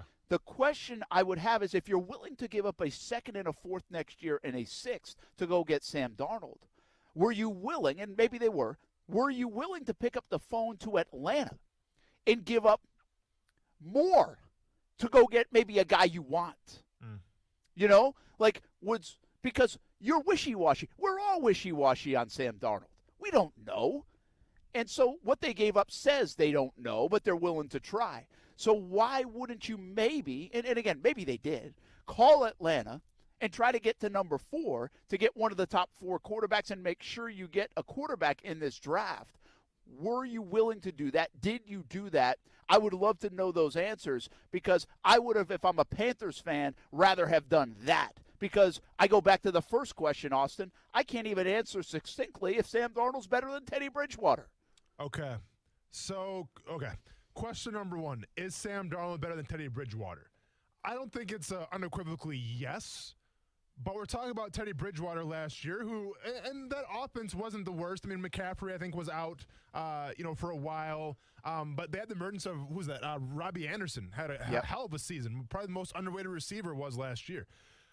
Curtis Samuel, DJ Moore. You go 4-11 from Teddy Bridgewater's side. You go 4-11, 15 touchdowns, 11 interceptions. Okay, Brent, that's not going to win you a lot of games. No. 15 touchdowns and 11 interceptions. That was without McCaffrey most of the year. Without McCaffrey for the most of the year. But okay. Let's go back. And I'm trying to, obviously when he was in New Orleans, he goes 5-0, which is impressive. That kind of got him the money. 9 touchdowns, 2 interceptions. Okay. I mean, that deserves to be said. But besides that, this guy hasn't been a starting quarterback a lot since 2015. And in that season, he threw 14 touchdowns and 9 interceptions. And the previous season, when he was a starter for more than 10 games, he threw 14 touchdowns and 12 interceptions. So what do these numbers show us right now? It's that when Teddy Bridgewater, plays over 11, 12 games a year and is considered the starting quarterback, it's just okay. Now with Sam Darnold, listen, I can show you Sam Darnold's numbers and they're probably going to make you even more sick. Yeah. But it begs the question. Teddy, when he was in Minnesota, obviously when he was in New Orleans, when he played those 5 games, when he was in Carolina, he had some weapons at his disposal. Now, I'm not trying to make excuses for Sam Darnold because when you say you see ghosts, people are going to, look at you differently. Let's be honest, okay? And when you get mono, which doesn't really happen a lot, people look at you differently. But I still don't know if we've seen what Sam Darnold can truly offer. And I think that's what Carolina's thinking too. I think that we've seen Teddy Bridgewater's best, and I think that we know what you get with Teddy Bridgewater. I still think there's an unknown a little bit with Sam Darnold, and that's why Carolina was willing to risk it here for Sam Darnold. But it also begs another question real quick, Brent. And I don't want to get into too much of a conspiracy theorist here. But if you're going to bring in Sam Darnold and give up what you gave up, it's not a first-round pick, but you still get some draft capital in the future. Okay. If you're going to justify getting Sam Darnold on your team, but you still draft a quarterback in this year in the draft, the only guy that would make sense to me, like we always talk about, is Trey Lance. Because that's the guy that you can bring and develop a little bit. I think if Fields falls to you or if Mac Jones falls to you, like you want to see those guys start right away. And now we're talking about a competition between, well, why is Sam Darnold starting over, Justin Fields? Why is maybe it's Teddy Bridgewater starting over Justin Fields? Like, we don't want to have that conversation. But if they bring in Trey Lance, no one's going to say, well, Trey Lance should be the day one starter. No, they're going to give him time to develop. So I wonder if this is a play on Carolina's part as well, saying, hey, we think that San Francisco might take Mac Jones or they might take Justin Fields. And the way the draft is right now, no trades, assuming Trey Lance might fall to us in a perfect spot. Yeah, and they might be reading it that way, or maybe even a Fields, know? Yeah, I mean, so that too. Yeah. I think what you asked the question, what do they do now if one of the quarterbacks is available at number 8? And I think the question is you draft that guy if you like him. And you say probably goodbye to Bridgewater because you just now invested in Darnold. Correct. And you still got your guy at number 8. Darnold's more of an insurance policy, a let's see policy. And quite frankly, I understand what you're saying. It's like, hey, we give up a 2nd and a 4th next year and the 6th this year. But you know what? That's the price of doing business to try to get a good quarterback. I don't have a problem with that from Carolina's perspective. I really just, my big beef is I wonder, did they go try to move up to Atlanta to guarantee themselves something better if they thought one of these prospects was better? And now what do they do, to your question, if somebody is available? I don't think they'll pass on QB, but they could sit here and say, well, we got McCaffrey, we got Robbie Anderson, we've got Darnold, we've got Bridgewater. Maybe we should go get Kyle Pitts, Jamar Chase, Devontae Smith, one of these guys to help them out and see what we do have. And they might pass up on QB. I would advise them not to do that. If there is a QB available, one of those top 5 guys still sitting there at number 8, I think they should probably go get that guy. Again, it depends on what their evaluation says. Yeah. I'll give you one more thought on this because we're going to get to Shock Your Mock, and we can recycle on this conversation a little bit. But this is dangerous territory for Rule. Rule signs a big contract. Year 1 comes in, okay, whatever. Year 1's year 1. They dismiss the GM. They bring a GM in this year. They think they're going to get their quarterback, most likely picking number 8. And the way this thing has settled, now it looks like maybe they're not. So now they go Darnold on a 1 or 2 years, experiment. Well, what if it doesn't work this year? What if Bridgewater and Darnold is what they have, and they both just aren't good enough? Well, now you're talking year 3 of Rule, doesn't have his quarterback still. Who knows what they're picking next year? Who knows what's coming out next year? This could be like just a real messy thing for Matt Rule in Carolina at the end of the day, depending on how 2022 looks, Mm-hmm. Yeah, there's a lot of ways that you can go if you're Matt Rule, and obviously you have to play this thing right. I think that, Teddy – depending what happens with this draft, if they do it with the quarterback, then Teddy's going to be gone. That just, you're not going to keep him on. That makes zero sense, especially if you just traded for Sam Darnold. Like, Sam Darnold, to me right now, is a starter of the Carolina Panthers. You can say there's going to be a quarterback battle and all this stuff, but Sam Darnold is going to be the starter. So be it. I think that, if you get a guy like Trey Lance or Justin Fields, and let's just say for the sake of the argument that Sam Darnold actually plays well. Maybe he just needed a new change of scenery. He needed a new offense, whatever the case may be. And now we're talking about a Pro Bowler playing in a pretty QB-friendly offense when all the pieces are put together. Well, now what are we talking about, right? Because you got a guy who essentially has, 2 years on his contract. If he plays good that first year and you have Trey Lance or Justin Fields waiting in the wings, then it's like, well, what do you do now? So you got to be careful with how you play this thing. But at the same time, you always say this, Brent. You always got to address the quarterback situation, and you can never have too many pieces at that spot. So if it comes down to it, and a Trey Lance or a Justin Fields falls to you, I think you'd agree with me here where it's hard to say, well, we're not going to pick those guys. It's the most important position, and you're an offensive-minded team. Let's go. It's fascinating. They could have. Who do you pick? They could have Trey Lance, Justin Fields, one of those 2 guys potentially. Mm-hmm. They could have Waddle, Devontae Smith, or maybe even a Jamar Chase falls to them. Yeah. They could be picking from that kind of pool, and that would present an interesting situation. Do you help the quarterbacks that are already there, the offense that's already there, or do you go get yourself insurance in the next franchise QB of the organization? It's a tough call. Let's get South Beach Gary on the line real quick before we hit a break. He's been waiting around. South Beach Gary, what you got? Happy Monday. Hey, Brent. Awesome. It could be one of two different other things, though, too, guys. It could be Carolina tried to make a trade with Atlanta. Maybe Atlanta decides, no, we're going to stay pat or take a certain quarterback. Or maybe Denver gave them a much better offer than Carolina was willing to move up for the number 4 pick. So we don't know what's going on. Denver might have given them a package that Carolina just couldn't match.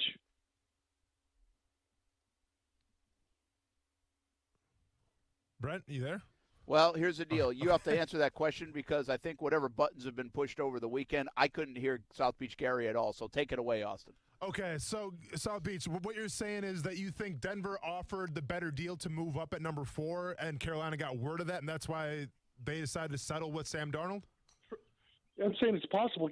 No, Carolina could have tried to trade, but Denver had given them a better offer. Or maybe Atlanta just decided there's a quarterback they wanted for, and they didn't want to trade. No, I mean, listen, there's a million possibilities, but I come from the narrative of where I don't think Carolina necessarily has word of a trade taking place that's going to move somebody up ahead of them. Now, maybe they know. Maybe they caught word of it.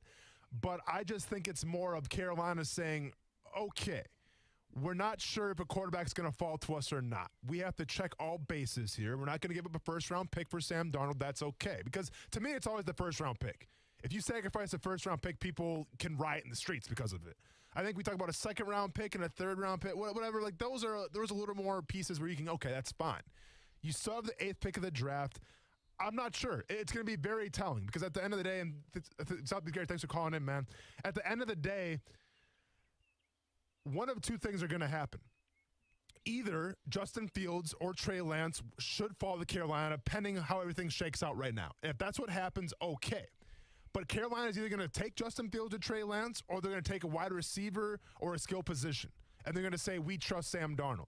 Eventually, Carolina's going to play their hand of what they feel about those situations and how they feel about Sam Darnold. I get it. You gave up some draft capital for Sam Darnold. But is he a Band-Aid or is he the permanent solution? This draft is going to tell us that. Yeah, no doubt about it. South Beach Gary, appreciate the call. Let's take a break. We have Shock Your Mock coming up. We've seen some moving and shaking now here in the draft season. San Francisco, Philadelphia, Miami, and now we get a little bit of movement with the Jets and with Carolina. You know what's stunningly apparent to me is that we still have no movement. And I don't think we're going to get it. We've talked about it at length, but it's just a reminder on the Deshaun Watson front. We're just not going to get it. And we thought that was going to be the big move piece of this offseason. And it's really not happening. Or it doesn't look like it's happening. Shock Your Mock on a Monday as we do continue our countdown to the NFL Draft here in Trevortown, Jacksonville, Florida, getting ready for April 29th. What does your mock say today? And how does Austin feel today? That may be the more important question. We'll be back. Action Sports Jacks on ESPN 690, live from Amelia River Golf Club. Check out ESPN690.com for the Dream 18 card, down to $69 this week to celebrate the Masters. Now, the First Alert forecast on ESPN 690. A lovely sunny spring day is on tap for you today with seasonable temperatures this afternoon into the mid to upper 70s. Clear skies for you tonight with mild temperatures into the low 50s. We'll be back into the low 80s for your Tuesday with mostly sunny skies. It will feel pleasantly warm with low humidity. From the First Alert Weather Center, I'm meteorologist Alyssa Pedjick. The Weather Center is brought to you by Beards Diamonds. Don't miss the buy one, get one free on wedding bands through the 25th. We should always be looking at our finances, but 2020 made my family take an even closer look, a bit more of a deeper dive, and it might have done the same for you, even into the world of retirement. Although that's a bit down the road for me, it might be closer for you, and your plan should already be under a microscope, and you have to lean on the experts to help guide the right plan. My friend Mike Lester with Talent Wealth Management is the perfect partner. He will provide a complimentary analysis and a plan for you. Call him at 904-515-5000 or visit guardingyournestegg.com. That's 515-5000 or guardingyournestegg.com. Mike will give you the guidance you need as retirement gets closer. He can help you convert company plans to private plans, a move that might give you higher returns and more options. You've earned the money. Now make sure you are ready for whenever retirement will be. Call Mike Lester at Talon Wealth Management, 904-515-5000. That's 904-515-5000. Or visit guardingyournestegg.com.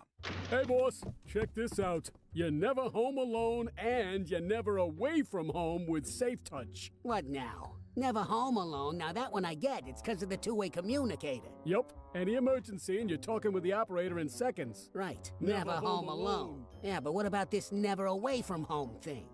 See, with Safe Touch's smart home automation, you can control your house from anywhere. What, is it that smartphone thingy again? Yeah, with the Safe Touch app, you can check your camera feeds, turn on the lights, drop the AC down, lock the doors. Boss, it's like you're there. Never away from home.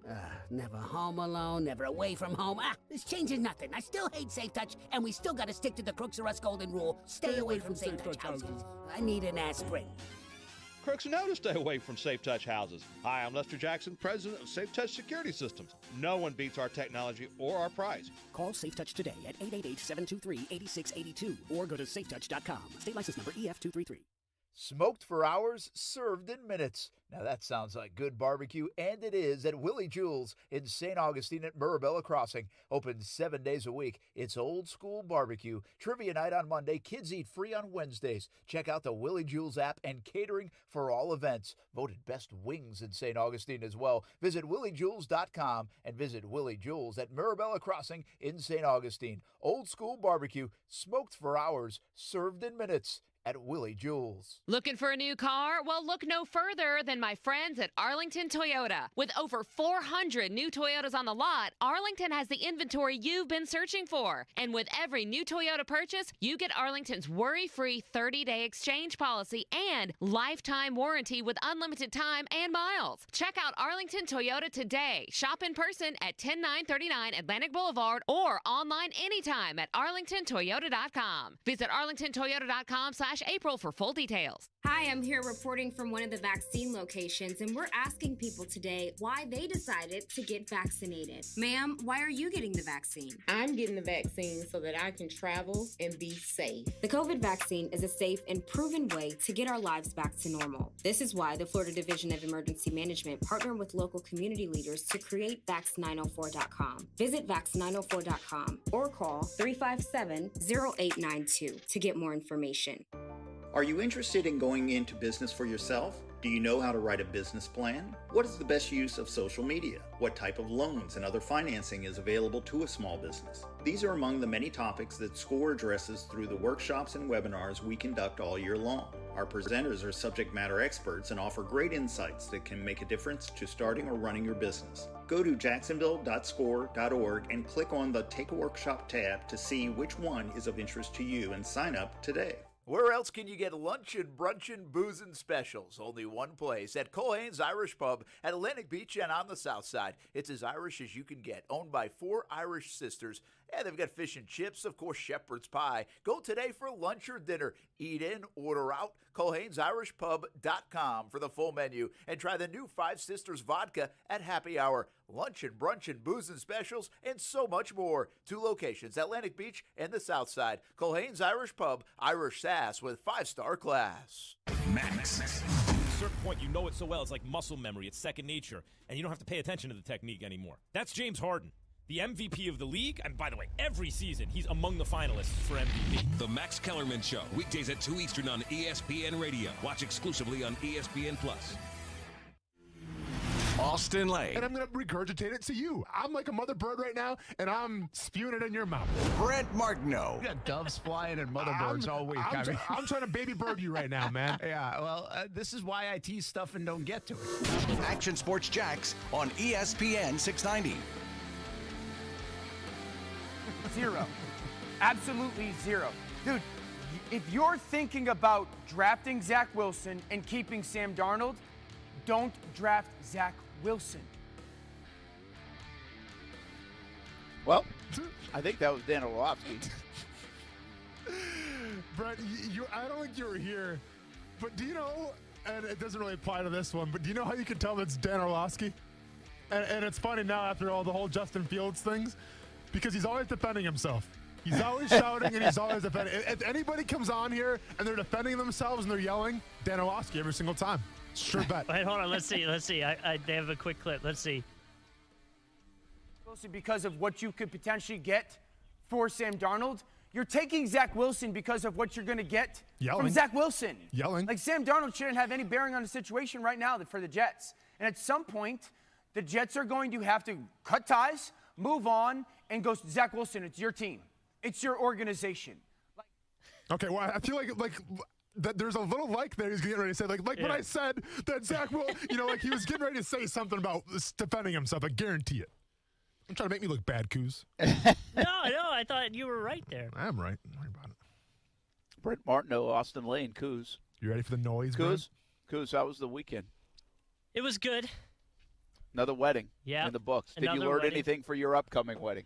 No. Other than don't do it. There was a lot of people asking me if I was going to shave. Like a lot of people brought up and they're like, hey, so you're going to shave, right? And I'm like, oh, really? Yeah. Like I was like, wait, I didn't know. For your wedding or for the wedding that you were just at?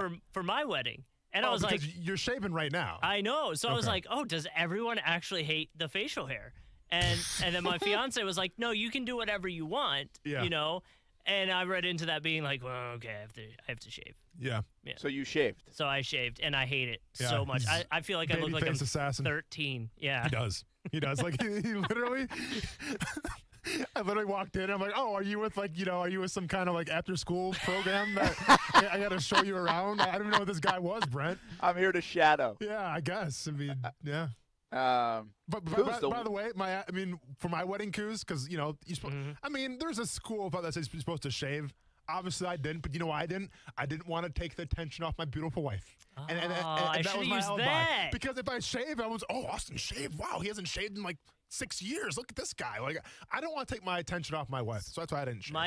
That is the greatest selfish excuse I've ever seen in my life. Thanks, man. We went to a wedding for my aunt out in California. Okay. And they invited Jack Black. No big deal, flex. Yeah. Yep. And Jack Black was there for a little bit. Yeah. But his excuse to leave was, I am taking attention away from everybody, so I have to leave. And I was like, I want to be able to use that excuse. Well, let's be honest. That's why we haven't been invited back to the press box, because Brent got all upset because I was like, Austin Lane's up here?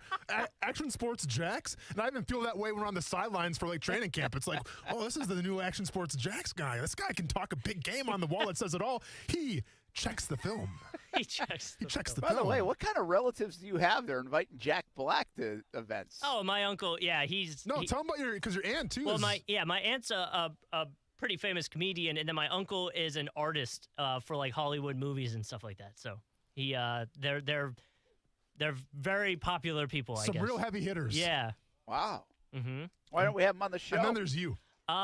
Because I don't think they don't. Honestly, I don't think they watch sports. That's because they're successful. Yeah. They don't have to. You can't have it both ways. Either you're super successful or you're watching sports. I mean, ask that to like Jeff Bezos. Ask it to Bill Gates. Right. Hey, do you think Bill Gates cares about the Twins putting up 13 runs today? Probably not. No, probably not. There you go then. I mean, there are probably some like Stephen King's a sports fan. Well, and I was trying for his books. And I was trying to be. He had to do that for his books. I was trying to be nice about it, but they're more out there and definitely don't watch sports. Yeah, but Brent, you got to get in your mind right now. Like when he wrote The Girl That Loved Tom Gordon. By the way, flex. I know that book, The Girl That Loved Tom Gordon. It was more like a research thing than actually him being a sports fan. Like he had to do that for the book. I didn't know that was one he wrote. Well, hey. Was that Tom Gordon, like the Red Sox pitcher? I mean, how about you don't drop Stephen King on me and then not come ready? Did you watch the film? Did you check the tape? Yes. No. The Girl Who Loved Tom Gordon. It's a story about this girl who gets lost in the woods and like there's obviously like monsters and stuff, but like the only way she gets through the woods is by listening to baseball games, and like Tom Gordon is like her. like her compass, basically, when she's listening to the games. Yeah. Apparently, I didn't know that one existed. Is that one real? Tell me right now. A film's being adapted, and that was announced in 2019. Oh, so I'm assuming they're working on Flash that. Gordon. That a baby. Yeah. Red Sox fandom there. Yep. Very nice. I'll have to look that up. Yeah. Maybe. Yep. Not. Yeah. See, Brent tried to bring up Stephen King to me like I wouldn't be able to counter, and here we are now. I didn't do that for you not to be able to counter. I was just giving you an example of a famous person who's a sports fan. Might be a little out there. Oh yeah, he's he's a out sports there. fan. And by the way, he's very rich. I would say, I hope so. He's written a lot of books. All right, hey, shock your mock season, Kuz. I think we have to change the clock for this segment because we never get going until about 4:38, which means we just got to push these two segments together. You're very good at that, Kuz. Well, and whose fault is that? You're asking Kuz about his wedding. Well, I know. Just striking up some conversation because he had a wedding. You're like Jay Leno, like, so Kuz went to the wedding. Have you seen this? Have you heard this? Let's get into it. Like, wait a minute. We didn't have to talk about it right then. Oh, well, we didn't, but I mean, we did though. We just did it. It just happened. We did. I mean, Kuz shaved today. It was a big story.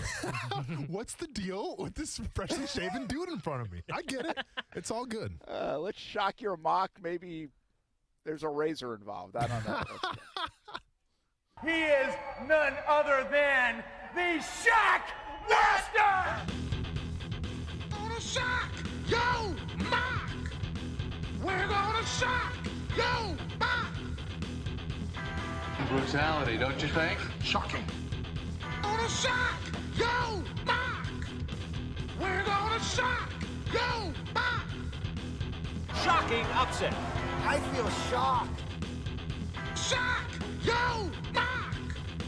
We're gonna shock yo mock. I am shocked. I am shocked. That's what I mean. I am. It's go time. What you got for us today? All right, Kuz. Before we get started, are the buttons in order now? Do we have an understanding of how the buttons work? I think so. Someone was asking me to do the trade alert alarm during the Sam Darnold talk. Okay, well, we can go ahead and brainstorm that a little bit, and we'll get that with our creative group, and we'll go over that. But there's no trade alarm alert right now. Listen, today, we're not asking for producers, okay? No, we're not. No, and if you want to do it, it's going to be an internship because you're not getting paid.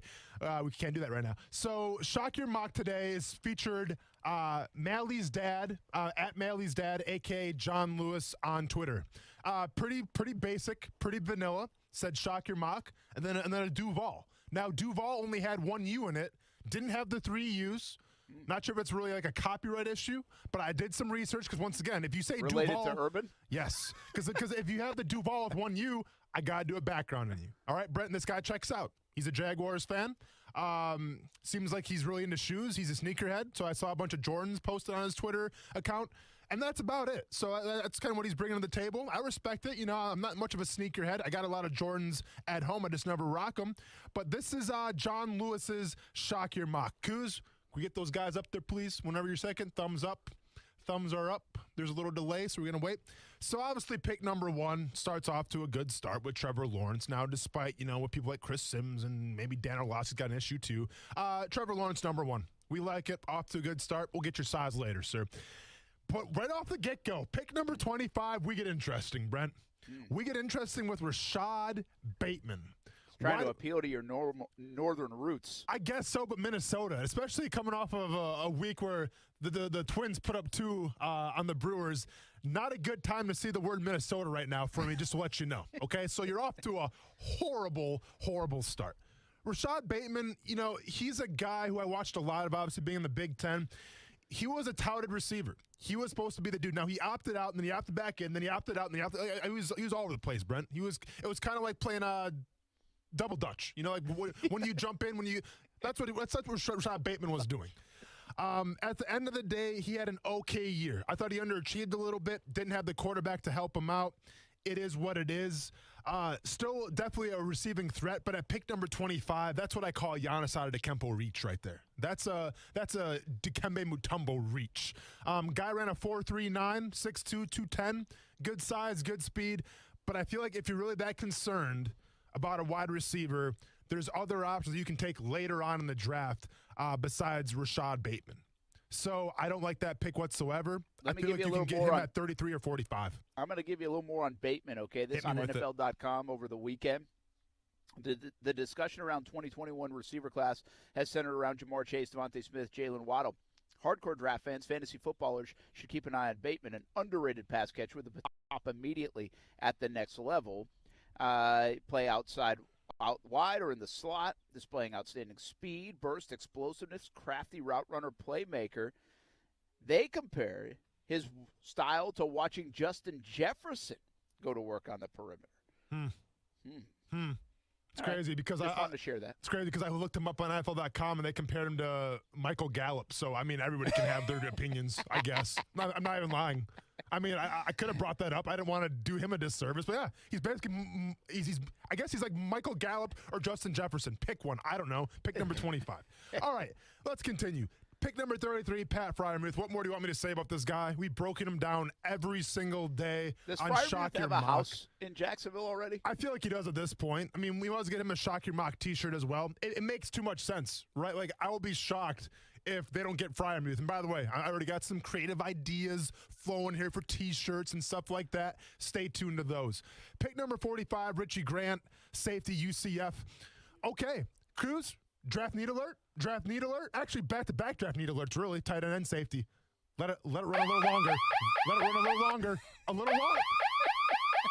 One more time, please. Boom, back-to-back draft need alerts. We got tight end and safety. Richie Grant, not the best safety in the draft class, obviously, but he's not the worst one either, Brent. Probably the second or third best safety. I think he could come in and compete for starting time right away. Pick number 45, that seems about right. Maybe it's a little bit of a reach, but you know what? If you're going to reach, you might as well reach for a draft need. Pick number 65. Now, John Lewis, a.k.a. at Mally's dad. Not sure if you're a UCF alum. Not sure if you're a booster. But the fact that you go back-to-back UCF picks, I got to raise my eyebrows a little bit. We like the Knights, but I mean, hey, we love the Knights here. Not gonna lie, went there for college game day. I was not impressed because you guys had a curfew when Lee Corso and Kirk Herbstreit are essentially 10 feet away from me, and you guys tell me, well, you can't have a beer till 3 o'clock because there's a curfew in place because we don't want people to get too drunk for the night game. Excuse me? Excuse me, UCF? Are you kidding me? I thought you were called the bounce house, not the sober house. What are we talking about? So it was a big turnoff, Brent, I'm not going to lie. But, you know. That before or after the national championship? This is, I don't know. I can't remember because I was still. It was during the run. Nothing says like I've made it as an adult when I'm like 31 years old, hanging out with a bunch of college kids, and I'm the only guy with my friend Mylan who has beers in her hand, and everyone's like, dude, you better not drink that. I'm like, what are we doing here? UCF. So kind of a big turnoff to UCF. And I'll tell you what, I don't like Aaron Robinson. Now, Brent, nothing against Aaron Robinson as a person. I'm sure he's a great guy. But here's the thing. And Kuz, I hope you have this button ready. This is a new button. So this guy's playing cornerback. And I get it. You know, you can have some cornerback depth. But he ran like a 4.6. So he doesn't pass the 4.3 test. One more time, Kuz, doesn't pass the 4.3 test at your own pro day in UCF. I know you guys weren't drinking there, so you have the excuse of being hungover. So I'm not sure why the slow 40 time happened, but I'm not the biggest fan of it. Let's keep on moving on. Let's keep progressing here. So pick 106, we got Michael Carter, running back, North Carolina. Fair pick. Listen, I feel like there's like 25 running backs out of North Carolina. And I feel like, they're all running 4.2s and 4.1s or whatever. I'm not mad at this pick, but correct me if I'm wrong, Brent, and maybe you got your NFL draft analysis there because you were flexing that on earlier on in the segment. Maybe you can get your NFL draft analysis there, but I think Michael Carter, was he the third down back in UNC or not? Or do you want me to look that up real quick? He certainly wasn't the go-to guy. That was wasn't the go-to guy. Yeah. Okay. That's what the NFL.com said? No, that's what I said. Okay, so because Williams is certainly higher rated, probably Sure. a second round back. Yep. And in the conversation as one of the best backs. Correct. So when we got this guy right here, over 1,200 yards, 9 touchdowns rushing, only 25 receptions. So, I mean, I get it. You're taking him mid rounds. It's not the worst decision, but once again, when I got guys like Chuba Hubbard out there that can offer you that pass catching ability, I tend to roll with that a little more than a guy like Michael Carter here. Let's keep progressing. Pick number 130, Dalen Hayes. I'm not mad at it. Prototypical 3-4 outside linebacker. You need depth there. I think that's fair for him. Once again, though, and I'm not sure if this guy transferred from UCF and went to Notre Dame, but we got back-to-back guys from Notre Dame. And I'll be honest, a couple fun facts here. My dad was in Rudy. He's in the shower scene where they're praying right before the big game against Georgia Tech. You can actually see my dad in that shower doing the prayer. He's in the movie Rudy, and I think he's number 75 on the sidelines, too. They actually got in the game a little bit. So I have ties to Notre Dame. All right, How do we not know that? How's this the first time we're learning about this? Well, there you go, man. That's an excuse to talk about it. But so with all that being said, though, back-to-back Notre Dames, I just don't know how I feel about it, okay? I just don't know if I can come with you on it. Once again, I'm not sure if you're a booster, sir. We're not going to boost anything. I don't even boost to Murray State. That's John Morant's job. So I'm not going to give all the shine to Notre Dame right now because you guys didn't win a national championship. You kind of fell off to the wayside at the end. So Aaron Banks, offensive guard, okay, but I don't want Notre Dame guys. Got an issue with that. Pick 170, Marvin Wilson. If Marvin Wilson falls to pick 170. Oh my gosh! Don't. I mean, hopefully, hopefully it's me doing the announcement. By the way, hey, Jacksonville Jaguars, get me. You had Josh Scobie. You had Brad Meester. What's up? What's up? What's Shock up? your mock. This is like the 6th round. Nobody The cares shock anyways. master. Yeah, nobody cares anyways. Give me He'll be on a commercial anyway. That's very true. That's that's guaranteed. That'll be But I will give Trent Baalke a hug if he can get Marvin Wilson at 170. Yeah. I don't think the odds are very high for that one, but it's an A-plus pick if it actually happens. And then we got Michael Carter from Duke, the last pick, number 249, safety. Safety out of Duke. Could be a former basketball player. It makes sense why they suck so much this year in basketball. I don't know. But, overall, go ahead. Wait a minute. Stop. You just let me down in a major way. Sorry, Michael Carter the second. Yes. Sorry, Brett. Didn't mean to mess up his name. No. This is no. Michael Carter the second. This is the first time we've ever had this on the Shock Your Mock. Look at pick 106 and 249. Oh, whoa. Oh, so we got two. Okay, so here's the thing. This changes everything, Brett. And you know what? And that's why you're on the show. That's why you're part of Shock Your Mock, and that's why you're on 50% of the T-shirt, because you have the keen eyes. And sometimes I miss everything because I get so intense and I'm yelling at Coos and everything where sometimes I miss the obvious. So we got 2 Michael Carters. So we got 2 UCFs. We got 2 Notre Dames. We got 2 Michael Carters. I think we've been – okay, so congratulations, John Lewis, and be sure to thank Brent Martineau because this is Brent Martineau's idea to get the T-shirts in the first place. But it was also Brent Martineau that pointed out we're taking 2 Michael Carters. Not going to happen, okay? With that being said, now you don't get a T-shirt because I feel like this whole mock was a joke, Brent. I feel like you have to send him 2 T-shirts. I was going to send him 2 T-shirts because he's working on 3 pairs here. Listen, we're not playing poker. We're not playing 5-card stud or Texas Hold'em or some other any other games, Brent? 7-card draw? Whatever. Go fish. Old maid. I can keep on war. I mean, pairs, though. Coos. Huh? Well, if you get a pair, then you have to do the war. Yeah, that's true. That's a good point. Blackjack. It goes on and on. We're not playing Double down. This is Shock Your Mock. And you try to run one over on the Shockmaster, and thankfully Shockmaster Jr., Brent Martineau, said, not in this house. So you're not getting a T-shirt, because I feel like you didn't take this draft seriously, okay? 2 UCF guys, 2 Notre Dame guys, and 2 Michael Carters. That's all I got to say about it. And, hey, I hope you enjoyed your time on Shock Your Mock. You got 10 minutes of glory. Try to pass one over Shockmaster, but Shockmaster Jr. came up over the top, Sylvester Stallone style, and said, not today. The hat's on backwards. Brent, put your head on backwards and let them know where we come from. Let them know how we do it around here. That couldn't be any louder, by the way. Oh, sorry, I was putting my head on backwards. I know, I'm kidding. Over the top. Wow, the sun is really shining now with my hat on backwards. There it is. Let them know. Dome. Let them know, Brent. Hey, John Lewis, I might send you a shirt anyway. But your mock certainly has been shocked. Oh. Hey, John Lewis, your mock has been shocked. I just feel like I had to say it twice. A little bit of a pair. Man, the old Michael Carter pair trick, and I almost fell for it. Oh, my goodness. I was so looking forward to you getting to 249, and then I had to give you a heads up. I had no idea. And I thought you were mad because I didn't say the second, because that's his name, Michael Carter the second. And I'm like, Brent, calm down. Okay, I messed up his name. I messed up everybody's name. Marvin Wilson at 170. I love it. I love it. Oh, my gosh, that would be something. Can you imagine if he falls to 170? He was considered a top 10 pick last year. Holy cats. All right, football at 5. We'll reset the day. Carolina Panthers, Jets make a trade. What else could be happening as we lead up to the draft? A little more on the national championship game. Baylor Gonzaga, who you got? And also contenders, pretenders in Major League Baseball after the opening weekend. All on the way. It's coming up. We're live at Amelia River Golf Club up here in Fernandina Beach on ESPN 690.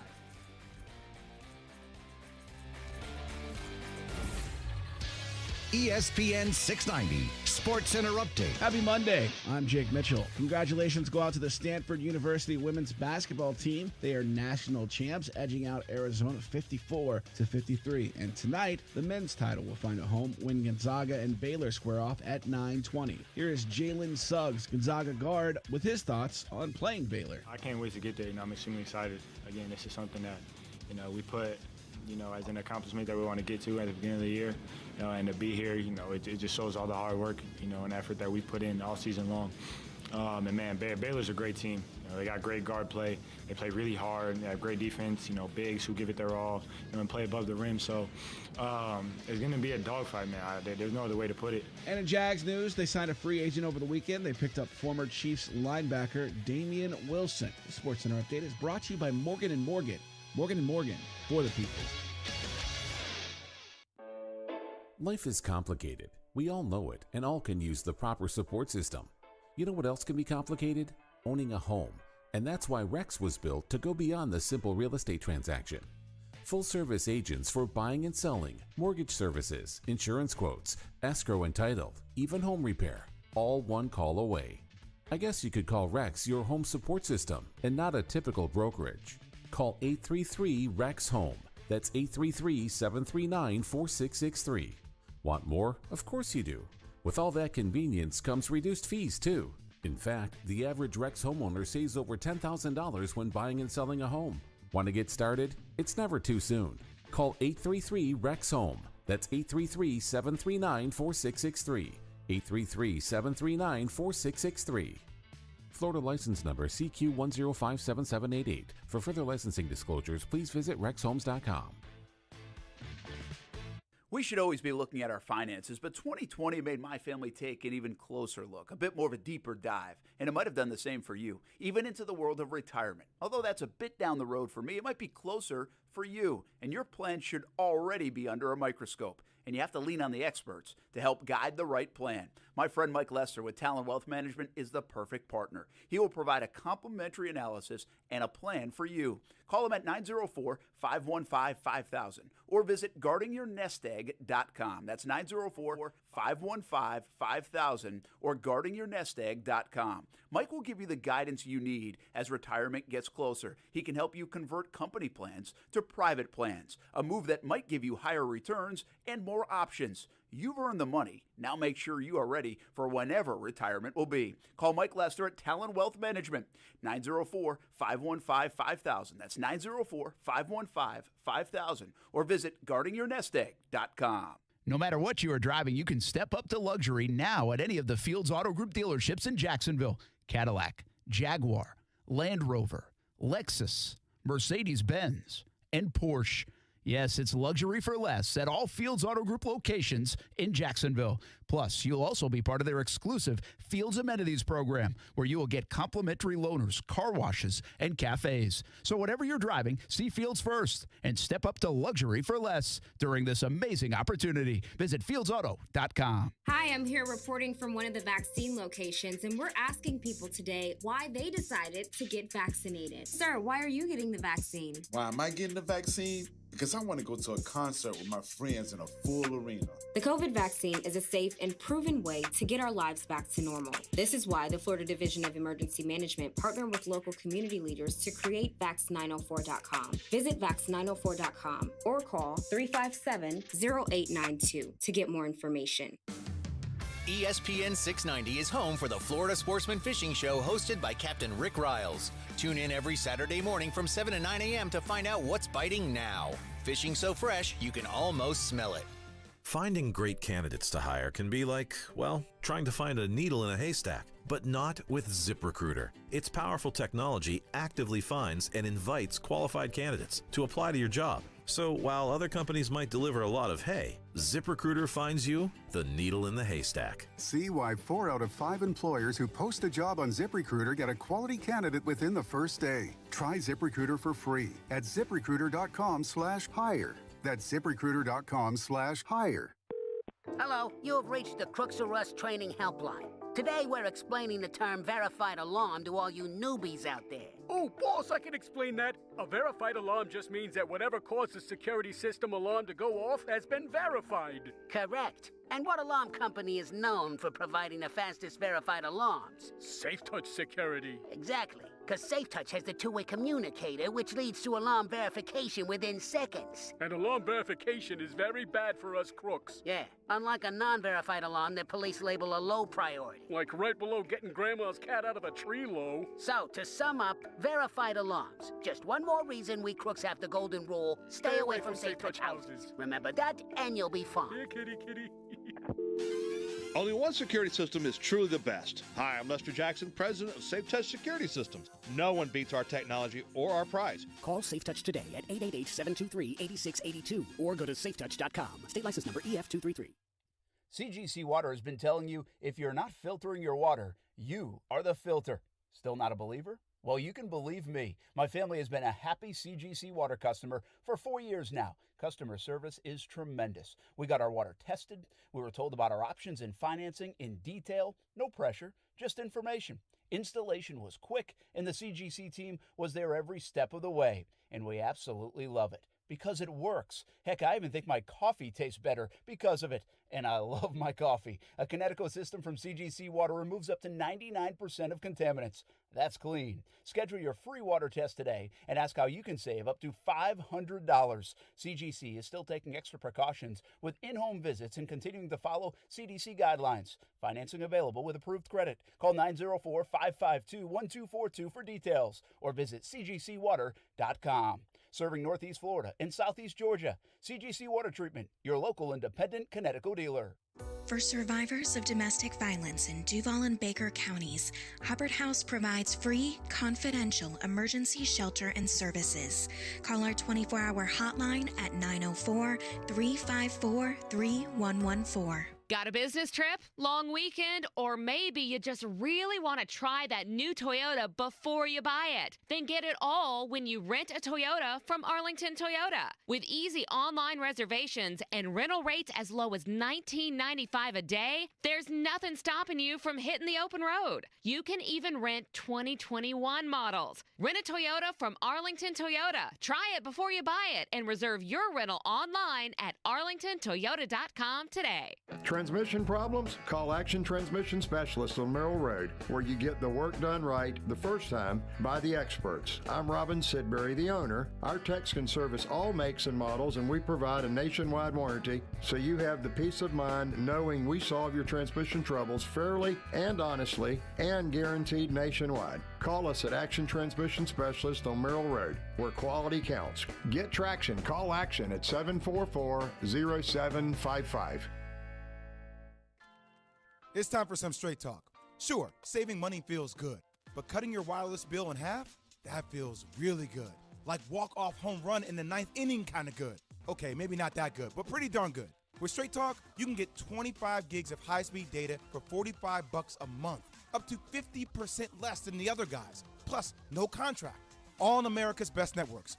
Why pay a whole lot when you could pay half? Straight Talk Wireless. No contract, no compromise. Goodyear knows the importance of keeping momentum as you head down the stretch. Momentum starts with movement. It's pulled from the air like a contested rebound. Momentum builds with steals and fast breaks, and is proven by deep threes as the shot clock expires. Momentum is how we change the game, and now it's time to discover where it can take us. Goodyear, more driven. Broadcasting live from the ESPN 690 Anajar and Levine studios. Anajar and Levine Accident Attorneys. Call 904-600-4000. That's 904-600-4000. ESPN 690. Jacksonville's home for ESPN Radio. WOKV Jacksonville. Listen live everywhere you go on ESPN690.com. ESPN 690, a Cox Media Group station. Broadcasting live from the ESPN 690 Anajar and Levine studios. This is Action Sports Jax on ESPN 690 with Brent Martineau and Austin Lane. I studied my ass off. I really did. I watched hours and hours of episodes from a new perspective, watching as the host now, studying Alex, every beat of the show. And then when I got the clues, which they're very hush-hush about the clues, which they should be, just saying them out loud and figuring out commas and emphasis points, and I wanted to be as thorough and prepared as possible. There's no real way, I don't think, of being completely prepared, just because you have just so much going on, and being able to read perfectly every single clue. Like, I think even the great Alex had to do a couple pickups at the end of the show, just because there's words you may have seen one or two times, and it might be clue number 17, and you have 305 clues in one day you got to read perfectly. It's a tall task, and wanted to do his memory justice by just being as prepared as I possibly could. That is Aaron Rodgers hosting Jeopardy the next couple of weeks. You watching it, Austin? I think so, yeah. I'm checking it out. I'm definitely going to DVR it. If I miss it live, I'll check it out. I think he's going to crush it, honestly. It's what's interesting to me is how it sounds in what's the best way to do it? I don't know if I didn't sense the enthusiasm in his voice, but I've seen him talk about it enough where I think he's super enthusiastic about the being able to host it. Yeah. I think these guys get to do so many things where it's almost like, what's cool anymore? Like if we got to, I don't know, you name it. Well, I did a few years ago. If I get to play Augusta, that's really cool, right? Yep. If we get to throw out a first pitch at a shrimp game, hey, that was kind of fun. That's kind of cool. Aaron Rodgers is, if he goes on like a late show, if he goes to a Bucks game, if he goes and plays Augusta, whatever, he can probably do whatever he wants, This seems like one of those kind of things for Aaron Rodgers, which I think is kind of neat when those guys get excited to do something different. And at least that's what it feels like from the outside. Yeah, I think it's a chance to, show that you're more than just a football player, right? And that's what a lot of football players want to do. They want to show that they're into other stuff and that they're into other things. And this is a prime example when you have one of the faces of the National Football League, the MVP coming off of this year, to do something new and just kind of show. Like, I think Aaron Rodgers literally might be one of the most misunderstood players in the entire National Football League. I think that he gets a bad rap a lot. Now, whether some of that's warranted or not, but I forgot who the guy was that I think you might have interviewed him or we interviewed him, but he's coming from Green Bay. I can't remember who the guy was. But he was saying how, Aaron Rodgers is nothing but the best he's the best teammate ever. What's his name? The linebacker that was here that didn't play very much. Got hurt. Was coming off the injury. You banned him from the show. Oh, the Star Wars guy. Yeah. Why can't I think of his name? What's his name? Well, obviously, I banned him from my mind as well. I can't remember. Look, he's from Michigan, right? You went to Michigan? Yeah, we'll figure it out. Yeah, we'll figure it out. But you know who we're talking. Well, we know who we're talking about. Yeah. I don't know if anybody else does. Oh man, I'll find it in a second here. Just keep talking, Brent. I'll find it because it's gonna drive me crazy now. What the heck was his name? You did ban him from the show. Jake Ryan. Jake Ryan. There it is. Wow. There Sorry, you go. Good Jake. work. Sorry, but that's what you get for not liking Star Wars. You like Star Wars, just didn't like the Yeah. Okay. Second one was not the best one, but okay. Go on. So you continue. Aaron Rodgers might be the most misunderstood player in the NFL because I think that we have the preconceived notions where he's a prima donna. He always wants the money and things like that. But if you look at Aaron Rodgers' situation, and let's put ourselves in Aaron Rodgers' shoes real quick. you have a guy, or you, because you're in your shoes right now, you're a top 3 quarterback in the National Football League. You're the best one last year. But, like, it seems time and time again, the organization that you play for, which is one of the most, storied organizations in all the National Football League, they seem to always either disrespect you or not even so much disrespect you, like they don't help you out. And what do I mean by that? Well, since Aaron Rodgers has been drafted, the Green Bay Packers have not selected one skill player in the first round. Not one. Aaron Rodgers is the last skill player to go in the first round, if you want to call him a skill player. Now, Jordan Love obviously has something to say about it. But since then, that's it. No wide receivers, no tight ends, no running backs. So that says something to me, Brent. And I think given the circumstances, and I get it, he's only won one of the big ones, and it falls on the quarterback and all this stuff, yada, yada, yada. Okay.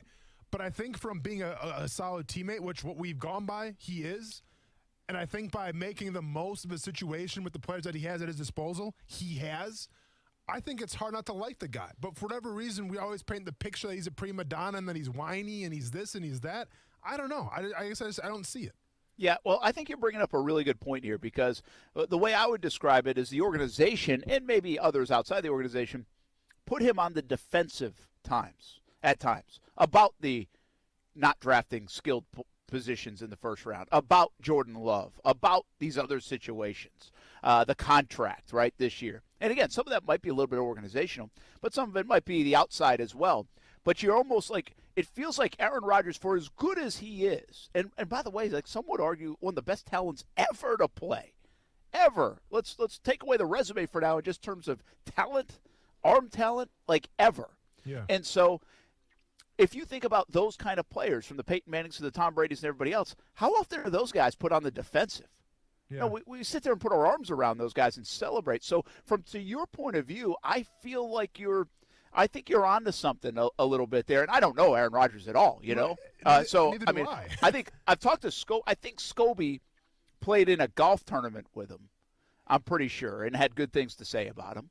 That's probably the closest, encounter that I could name of somebody playing or being around him, that knew him. And, of course, we did have Jake Ryan on and other players. I think Mercedes Lewis, I've heard him say really great things. I think the teammates love him for obvious reasons, I would imagine.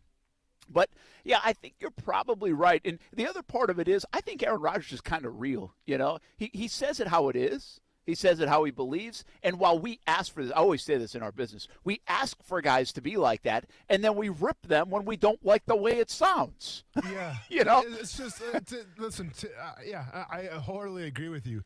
And it's just weird because I'm not breaking any news here. I feel like there's a lot of niches that don't like Aaron Rodgers for whatever reason. And I literally can't put a finger on it. Like, you want to sit here and say, well, it's because I know there's some stuff with his family. Who cares? That's family stuff. How is that my business? How is that anybody's business what happens with his family? Like, that doesn't make him a bad person because he doesn't get along with his family, per se. I'm not sure if that's even a real thing anymore. I have no idea. But that's no reason not to like somebody. Like, you want to get in family business? What are we talking about here? What do you want to talk about? Because he gets on fights on the sidelines, he yells at a coach? Oh, I'm sorry, because he's not winning? That's what we call a competitor. Don't you want that guy that actually looks like he cares and he's upset because he didn't have the ball in his hands to win a game? They decided to kick a field goal and he's upset about it. Don't you want that type of guy? Can you blame that type of guy? So then what is it? Because honestly, I don't see it. I hope somebody can tell me like why we think Aaron Rodgers is a certain way and why we have these preconceived notions of Aaron Rodgers, because I can't find them. Well, when you think about beloved figures in Green Bay, I mean, from Vince Lombardi to Reggie White to Brett Favre to Bart Starr to let's keep going. Heck, even Leroy Butler, from Jacksonville, absolutely. The Lambeau Leap. Yeah. If I go to the Pickle in Wisconsin and I ask 10 guys or 10 people, not even guys, 10 people, say, hey, where's Aaron Rodgers on this list? Yeah. What's the answer? Like, is he beloved in that way? I mean, I'm not asking you, is he more beloved than Brett Favre? I'm not saying that. Yeah. I'm saying, is he on that list of beloved figures in a storied franchise that celebrates its football players? It's a great question, and I guess I can attest to it with an answer that happens in our group text all the time. So we talk about football and everything because all my friends are diehard Packer fans, like diehard.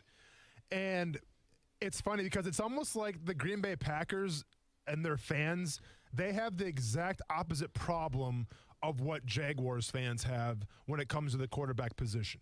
Like, we're talking about Trevor Lawrence coming to Jacksonville now, and why are we so excited? Because we haven't seen a great quarterback here in a decade, right? Packers fans, they're almost accustomed now where it's like, well, if you're not winning 12, 13 games a season, I mean, are you even a Packers quarterback? Right? Like, I think eventually when Aaron Rodgers' time does come to an end, like, there will be amounts of pressure on Jordan Love just because now expectations are so high. Like, you went from Brett Favre, one of the best to ever do it, and then you go to Aaron Rodgers. There's no drop-off. If anything, there's an incline from Brett Favre we're talking about. Huh? So, like, Packers fans, I don't want to say they're entitled, but they have just this preconceived notion of, hey, we got the quarterbacks, man. That's what we do here. Okay. I think from Aaron Rodgers' side, though, and kind of and once again, I don't speak for all Packers fans, but what I've kind of seen from social media and these group texts is that they think he's, just as good, if not better than Brett Favre. And they appreciate that. But there's also a school of thought that says, well, he's only won one Super Bowl. How can you call yourself one of the best quarterbacks of all time and only win one Super Bowl? And there's frustration with that. There's frustration when, you're in the NFC Championship game and you don't play your best brand of football. A lot of my friends get frustrated with that. And then it almost like, even though he won the MVP, it's like, well, he didn't get us to the Super Bowl, so how good is he? There's that whole narrative. Yeah. And you don't take into account the entire season. You just take into account the last game of how he played. I'm not saying that's right or wrong. It's just how it is. Yeah. So there's that. But like once again, and I can't stress it enough. I mean, I get it. If you're a quarterback, you got to find a way, yada, yada, yada, all that good stuff. Okay. But if you look what that guy's done with the talent around him, and listen, this is coming from a Jaguar. I'll be honest, I'm a Jaguars fan, we're a Packers fan. You know how I feel about the Packers? I pick against them every single year. Hey, Minnesota Vikings, let me down one more year, please. Make me look stupid one more year. I'm begging you. Mike Zimmer, play the worst defense ever one more year, just so I can sound like an idiot to everybody back home again and get made fun of. I can't wait for it. That's where we're at right now. So I have no dog in this fight, but I just think that Aaron Rodgers, with what the talent that he's had around him, what he's been able to do on defenses that never really seem to have his back, I think he's went above and beyond at the quarterback position. Yeah, I think he's got a little bit of Phil Mickelson issue. Phil Mickelson will never be appreciated for how good he is and was because of the standard Tiger Woods set. Yeah. And I think a little bit of modern-day quarterbacks have that because of what Tom Brady has done. And they're not saying equal Tom Brady, but one isn't enough to be considered like, oh my gosh, you're great, right? Yeah. It feels empty still, even though we know you're great and you've been so accomplished. So it's a very interesting perspective. Hey, let's hit the phone line right now. Florida Sportsman Fishing Report with Rick Riles happens each and every day on Action Sports Jax on ESPN 690, right about now, 5:15 or so. Rick, hope you had a good weekend, man. And whoa, baby, we've got some beautiful fishing weather ahead. You there? I'm here.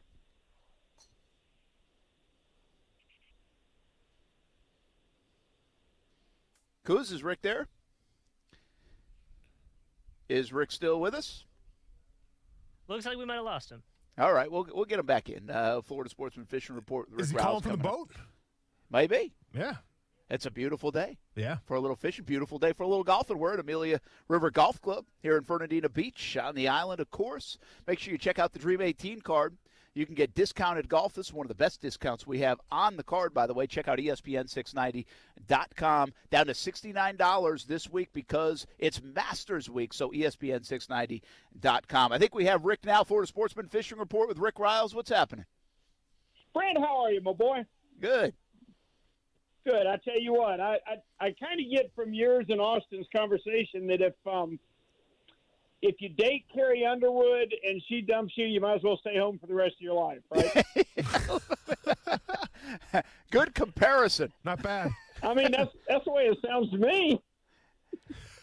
Well, hey, it's like getting that 7-hour swordfish you were talking about, and then just saying I'm never going fishing again. That's something. Yeah. Don't go don't go back fishing again after a 7-hour swordfish fight. There were some great fights over the weekend. The Gulfstream is finally heated up a little bit. I know Captain Jay Cobb, a good day with tuna. He had 7 or 8 nice tuna. He had a wahoo. He had a dolphin. So trolling has gotten better. Bottom fishing is very good. The vermilion snapper are biting real well. So are the triggerfish. The only problem has been sharks. There's a lot of sharks from about 140 feet out. Captain David Voorhees says that inshore has been exceptional for big trout and several. He said he had several 3 to 4 pound flounder today. That makes for a very nice charter. We got a great week of weather coming up, at least for the next 3 days. We're going to have a calm ocean. I know I won't be missing it. We're going to be out there. I tell you what, we'll be back tomorrow with another report brought to you by Workman's Quick Fix Plumbing and Top Gun Roofing, your roofing specialist. Talk to you tomorrow, Brent. All right, Rick. Appreciate it, man. Have a good one, and make sure you listen each and every Saturday morning to Rick Riles, 7 a.m. to 9 a.m. on ESPN 690 for all your fishing updates. And, of course, right here, 5:15, Monday through Friday, Action Sports Jacks on ESPN 690. Bottom line is we just had a long talk about Aaron Rodgers. He is hosting Jeopardy today. Yep. You know, one thing I always appreciated about Alex Trebek is I figured he was probably one of the smartest men on earth after hosting that show for so long. Oh, you would think. Like, I don't know how much you retain, quite frankly, but he was already a smart guy, right? Yeah, no, yeah, absolutely. But he had to learn so much on that show. Yeah, imagine like all the people that you meet on that show too, because I mean I'm sure there's there's dialogues back and forth between commercial breaks and all that stuff. I'm sure he had a lot of crazy stories. That is one thing. Like, people say the best job ever to have, like in our world, if you will, I don't know, it's not really in our business, but it's kind of in our business, is to host a game show.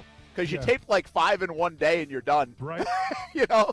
And so you work like, I don't know how much that means you work. Yeah. But I think it's all clustered together. Yeah. But I would love to see like how that show is done behind the scenes. I mean, Brent, here's the real question. If you could host any game show, what would it be? Well, I don't think I'm smart enough to host Jeopardy, honestly. Yeah. Like, Jeopardy would be pretty cool to host. Yeah. I'm not like funny enough or anything to host like all the downtime of like a Price is Right or a Family Feud. I could probably just kind of Pat Sajak my way around. Dude, I'm going Wheel of Fortune all day. That's the easiest gig ever. Look at Pat Sajak's hair. Hasn't aged in over 50 years. You know why? Because he's not stressed at all. Let the wheel do all the work. Let Vanna do all the work. You just stand up there and be like, all right, it's your turn to spin. Go. Don't mess this up. Okay. Just make sure you don't lose your index cards. Does anybody have an easier job in this planet than Pat Sajak? Probably not. Maybe us. We'll be back. Action Sports Jacks on ESPN 690. Now, the First Alert forecast on ESPN 690. Clear skies, pleasantly cool temperatures tonight will drop to near 50 degrees. From the First Alert Weather Center, I'm Action News Jax Chief Meteorologist Mike Burrish. The Weather Center is brought to you by Beard's Diamonds. Don't miss the buy one, get one free on wedding bands through the 25th. Life is complicated. We all know it, and all can use the proper support system. You know what else can be complicated? Owning a home. And that's why Rex was built to go beyond the simple real estate transaction. Full-service agents for buying and selling, mortgage services, insurance quotes, escrow and title, even home repair, all one call away. I guess you could call Rex your home support system and not a typical brokerage. Call 833-REX-HOME. That's 833-739-4663. Want more? Of course you do. With all that convenience comes reduced fees too. In fact, the average Rex homeowner saves over $10,000 when buying and selling a home. Want to get started? It's never too soon. Call 833-REX-HOME. That's 833-739-4663. 833-739-4663. Florida license number CQ1057788. For further licensing disclosures, please visit rexhomes.com.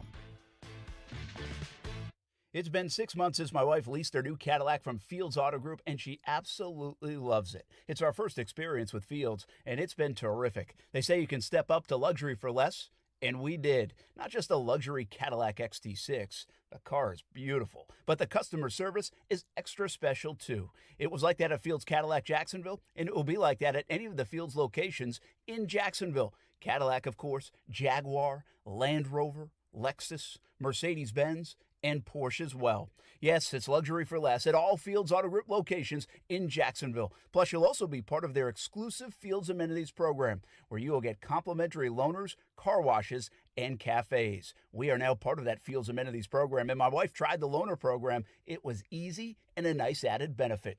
So whatever you're driving, see Fields and step up to luxury for less. Check out their locations all around Jacksonville, just like we did. You can go visit fieldsauto.com. For the ones who know safety isn't a catchphrase, it's a culture. And the ones who help make sure everyone makes it home safe. For the safety-minded who watch everyone's backs, Grainger offers supplies and solutions for every industry, as well as safety assessments and training to keep your facilities safe and your people safer. Call, click Grainger.com, or just stop by. Grainger, for the ones who get it done.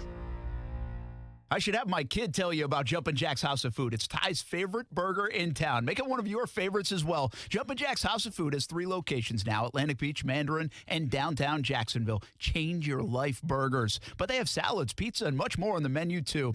Let Jumpin' Jack's House of Food be your great neighbor. Lunch or dinner with the family, or they will cater parties from 200 to 500 people. Jumpin' Jack's, HOF.com for online ordering. Jumpin' Jack's House of Food, open 7 days a week. You already save hundreds of dollars on golfing some of the region's best courses with the Dream 18 card. In celebration of professional golf's biggest event, this week you can save even more. The Dream 18 card, regular price $95. Right now, while supplies last, you can get it for just $69. For a limited time, save even more on discounted golf at Southampton, St. John's Golf and Country Club, Osprey Cove, Hidden Hills, Queens Harbor, Amelia River, Eagle Landing, and Fleming Island. Go to ESPN690.com to purchase. $69 this week only. The Dream 18 card.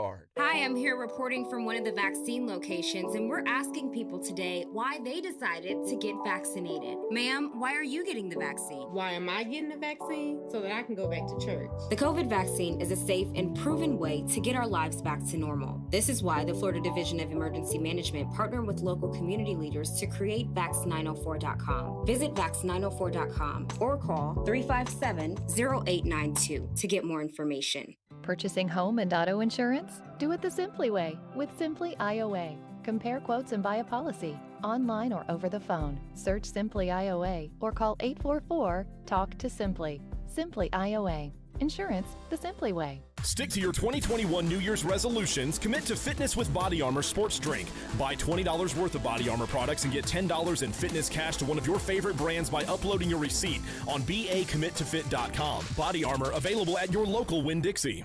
There is a taste of the islands in every drop of Vida de Luis tequila, imported directly from Tequila, Mexico to Jacksonville Beach. Vida de Luis is the only locally owned tequila in Jax Beach. Support local and try Vida de Luis. Award-winning, smooth, all natural, no aldehydes or additives, which means wake up feeling good the next morning. Find out where you can pick up a bottle of Vida de Luis, Blanco, Reposado, or Añejo. Just visit VitaDeLuis.com. Support local and taste the islands in every drop. For the ones finding new ways to ensure the job always gets done. For the ones wearing many hats. For the ones who are hands-on, even from far away. And the ones keeping business moving forward. We are Grainger, offering supplies and solutions for every industry, with 24/7 support and experienced staff at over 250 local branches. Call, click Grainger.com, or just stop by. Grainger, for the ones who get it done. Is your home not feeling very new anymore? Sick of that pink bathroom tile, popcorn ceilings, a stove older than you are? Whether it's repairs or reno, finance it smart with a Honeydew HELOC from 1-to-1 Financial, Jacksonville's hometown credit union, where you can borrow up to 90% of your home's appraised value. You've got good taste, but your block counters ain't cheap. So get to work and open a Honeydew HELOC with 1-to-1 Financial. When you do, we'll send you a free handyman tool set to get started. Apply online at 121fcu.org. Federally insured by NCAA.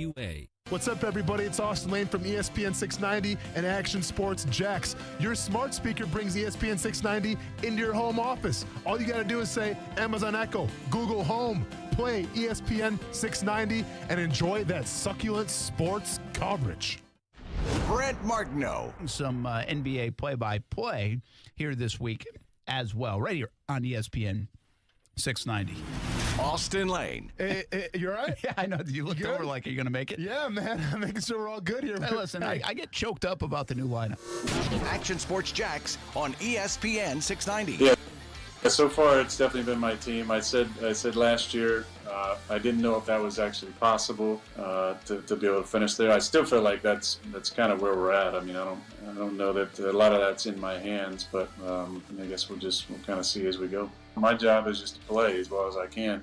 I think there may have been ideas about what certain things meant in the last year.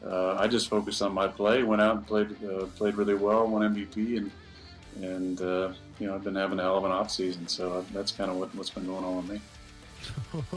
Nice little humble brag. Flex. Yeah, I just went out, played ball, played pretty well, had an MVP season. MVP season, like they're not a big deal or anything. I love it. I like Aaron Rodgers. I feel like he is a different athlete though in today's day and age. He's just not. He doesn't care about being super PC about anything, and I kind of appreciate that along the way. So Aaron Rodgers will host Jeopardy tonight. Hey, I got to do this, okay? Contenders, Pretenders. How's your team doing in Big League Baseball? Thanks for asking. It could be better. Tough weekend. Yeah. 1-2. 1-2. 1-2. The 0-3s and the 3-0s. You can get carried away with. Yeah, Colton Wong is 2 for 10, batting 200 right now. It's not a big deal. Not a big deal. A lot of time left. Colton, talking to you. But could be better.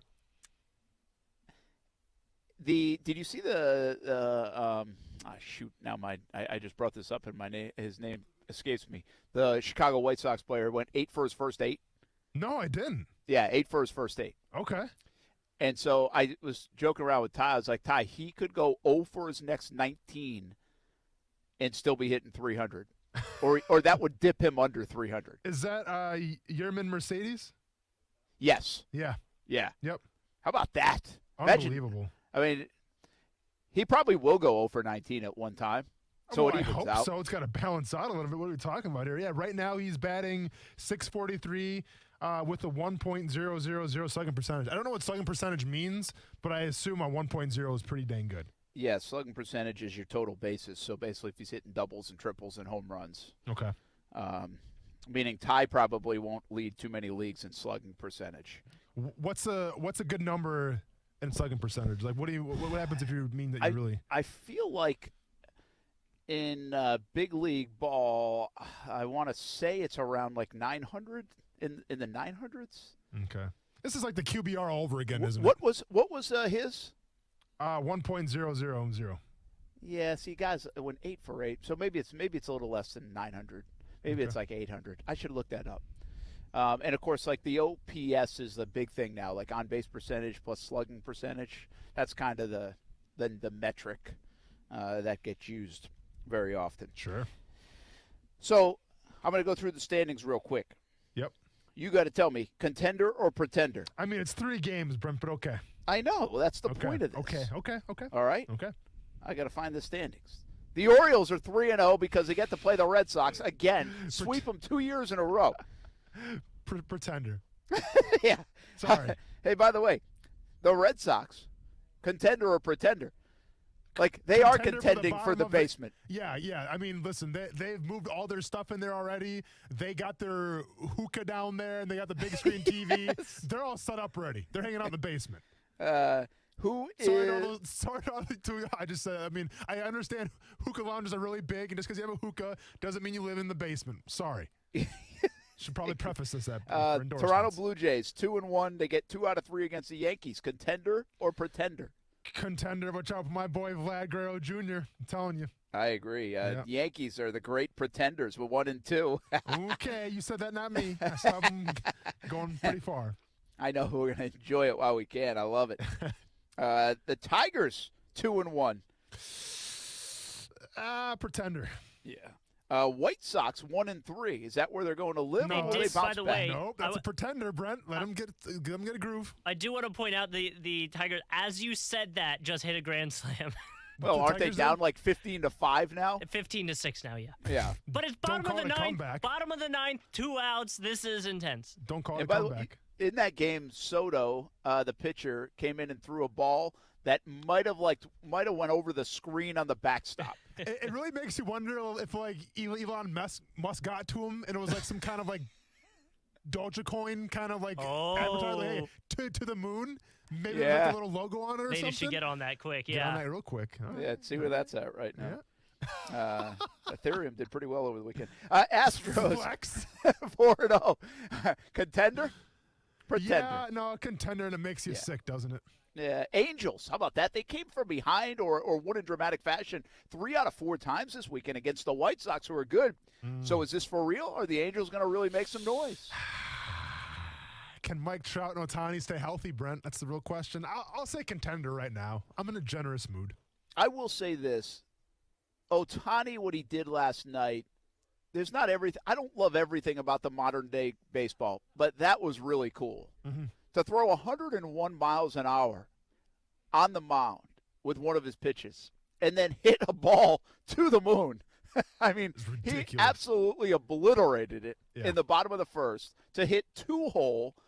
I mean, the list of people that have done that is just not long. In fact, if he stays healthy, he will quickly be like right behind Babe Ruth as like the most starts on the mound from like a two-way player. And now Babe Ruth's got a lot ahead of him, but I mean, that's how rare it is what he's doing. As much as the game has changed, as much as high school baseball and college baseball has gone to two-way players, to see Ohtani do what he did last night, I mean, that was amazing. Like, we probably aren't talking about that enough. I don't even know what the equivalent is, like in the NFL. Yeah. I mean, Dion did it, right? Or not? Yeah, I guess so. Dion probably is. That's a good call. Yeah. I mean, we had a couple of those. The Brian Jordans, right, Yeah. of baseball. And Austin Land in high school playing defensive end wide receiver. Yeah. Yeah. I mean, it happens a Up lot there at with the those greats. levels, but not at the NFL level. And we do see it. Dion, playing.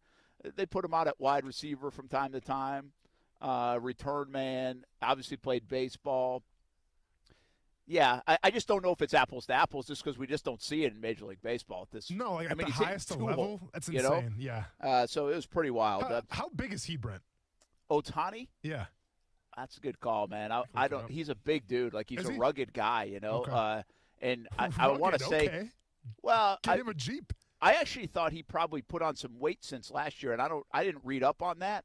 It just looked like it to me. Yeah, he's 6'4". I bet he's 220. 230. It says 220, but that was a couple years ago. Yeah, no, 6'4". that sounds about right. Dang, okay. But I think he added some, like beef. Sure. And I don't know if it's muscle or if he just got beefier. But I do. I know.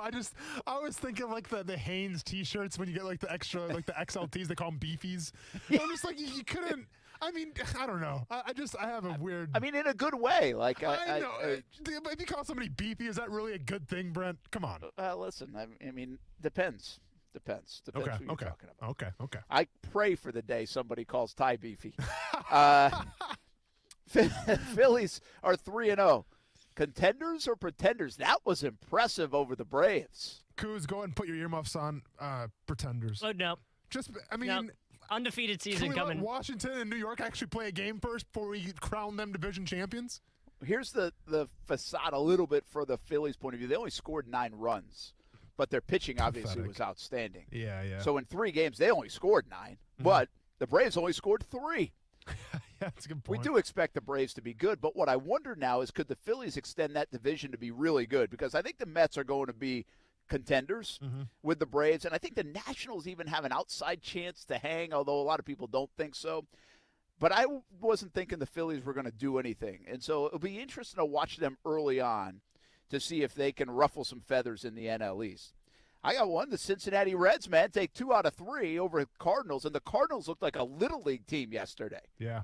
Chill, though, huh? It's the Cincinnati Reds, and you know how I feel about that. Scored 27 runs, by the way, on the weekend to lead Major League Baseball, I believe. Oh, maybe the Astros actually had a little more. Dodgers 3-1. Padres are 3-1. Not much else to say about that. So some early surprises in baseball.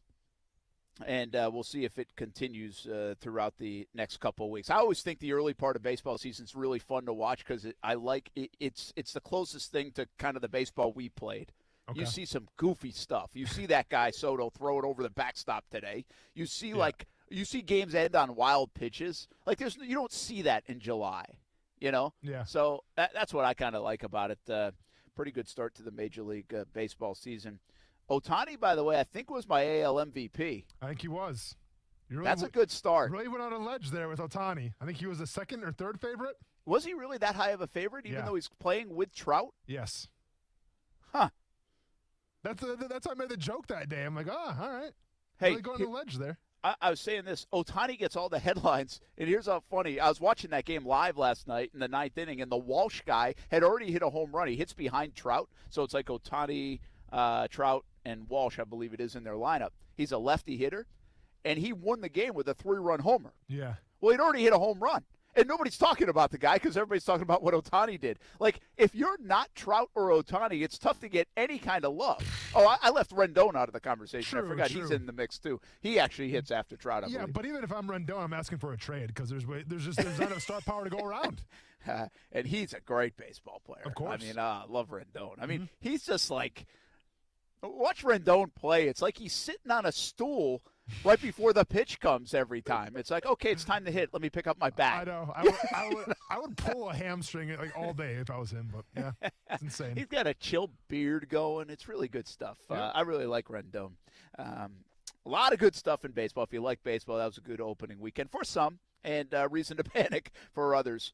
I'm going to do my best not to watch a Red Sox game the entire year. Although they are playing the Rays tonight, which means that will be on in my house. So I don't think I'm going to be able to do that. Rays and Red Sox tonight. Ty's team, of course, the Rays. Cubs are for Kaylee. She likes the Cubs. And how the Cubs are now? They're 1-2, 2-1? 2-1. Yeah, we'll see. Yeah. All right, let's hit the happy hour horn here on a Monday edition from Amelia River Golf Club.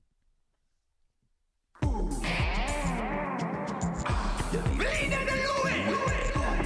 good vibes.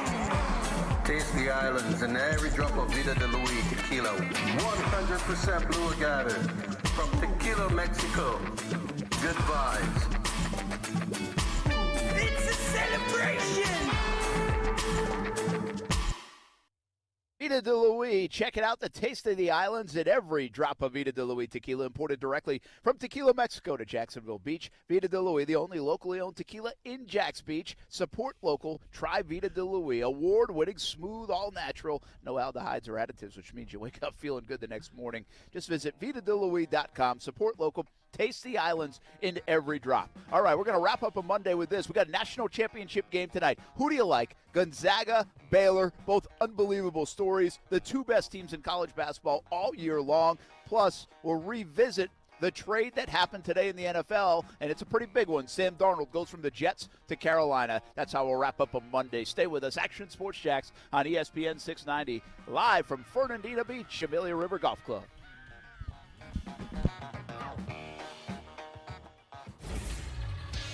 ESPN 690 Sports Center Update. Happy Monday. I'm Jake Mitchell. Congratulations go out to the Stanford University women's basketball team. They are national champs, edging out Arizona 54-53. And tonight, the men's title will find a home when Gonzaga and Baylor square off at 9:20. Here is Jalen Suggs, Gonzaga guard, with his thoughts on playing Baylor. I can't wait to get there. I'm extremely excited. Again, this is something that, we put, as an accomplishment that we want to get to at the beginning of the year, and to be here, it just shows all the hard work, and effort that we put in all season long.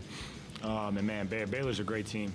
They got great guard play. They play really hard. They have great defense. Bigs who give it their all, and play above the rim. So it's going to be a dogfight, man. There's no other way to put it. And in Jags news, they signed a free agent over the weekend. They picked up former Chiefs linebacker Damian Wilson. The Sports Center Update is brought to you by Morgan & Morgan. Morgan & Morgan, for the people. This is Action Sports Jacks on ESPN 690. Welcome into the show, a name you know. If you've been listening and watching ESPN for a long time, I know you know him. We're going to call him one of the forefathers, if you will, of sports radio, Mike Greenberg. Thank you. Forefathers is an interesting, that's a That's fascinating. Every day, as I talk to more people, I get older and older. So that's kind of funny. Listen weekdays from 3 to 6 p.m. in your car or stream them. ESPN690.com. Ever finally get around to trying something and it's so much better than you expected, where you're mentally kicking yourself for not doing it sooner or wondering where it's been your whole life?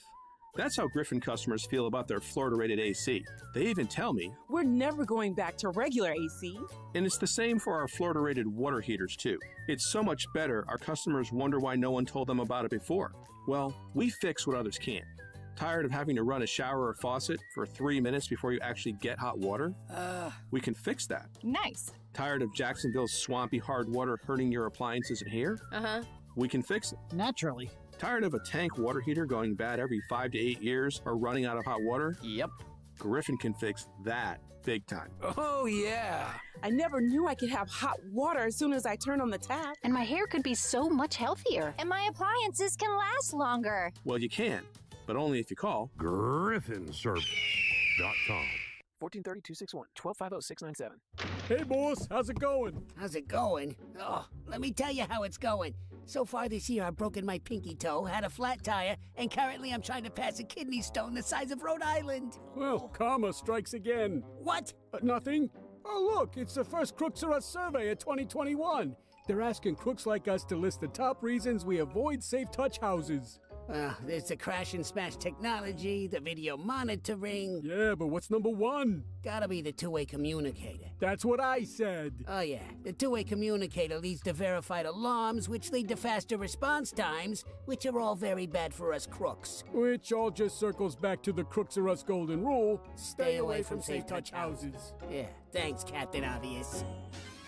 Crooks know to stay away from Safe Touch houses. Hi, I'm Lester Jackson, president of Safe Touch Security Systems. No one beats our technology or our price. Call Safe Touch today at 888-723-8682 or go to safetouch.com. State license number EF233.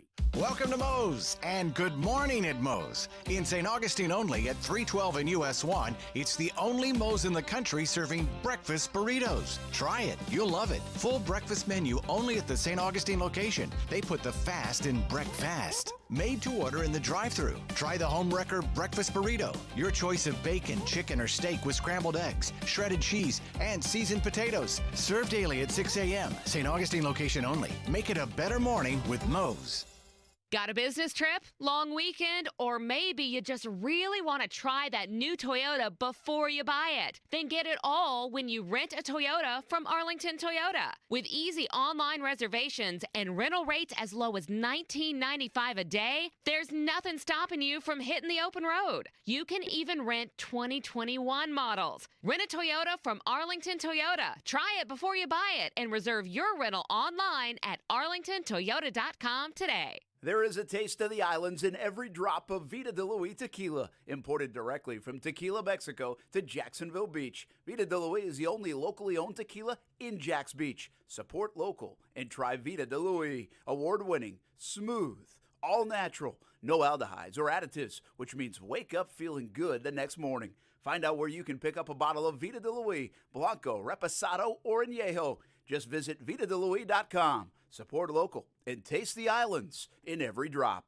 Smoked for hours, served in minutes. Now that sounds like good barbecue, and it is at Willie Jewell's in St. Augustine at Mirabella Crossing. Open 7 days a week. It's old school barbecue. Trivia night on Monday. Kids eat free on Wednesdays. Check out the Willie Jewell's app and catering for all events. Voted best wings in St. Augustine as well. Visit williejewels.com and visit Willie Jewell's at Mirabella Crossing in St. Augustine. Old school barbecue, smoked for hours, served in minutes. At Willie Jewell's. Looking for a new car? Well, look no further than my friends at Arlington Toyota. With over 400 new Toyotas on the lot, Arlington has the inventory you've been searching for. And with every new Toyota purchase, you get Arlington's worry-free 30-day exchange policy and lifetime warranty with unlimited time and miles. Check out Arlington Toyota today. Shop in person at 10939 Atlantic Boulevard or online anytime at arlingtontoyota.com. Visit arlingtontoyota.com/ JAGS.com/April for full details. I should have my kid tell you about Jumpin' Jack's House of Food. It's Ty's favorite burger in town. Make it one of your favorites as well. Jumpin' Jack's House of Food has 3 locations now: Atlantic Beach, Mandarin, and downtown Jacksonville. Change your life burgers. But they have salads, pizza, and much more on the menu, too.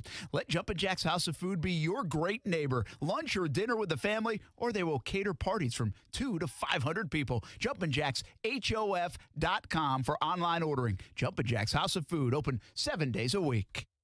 CGC Water has been telling you, if you're not filtering your water, you are the filter. Still not a believer? Well, you can believe me. My family has been a happy CGC Water customer for 4 years now. Customer service is tremendous. We got our water tested. We were told about our options in financing in detail. No pressure, just information.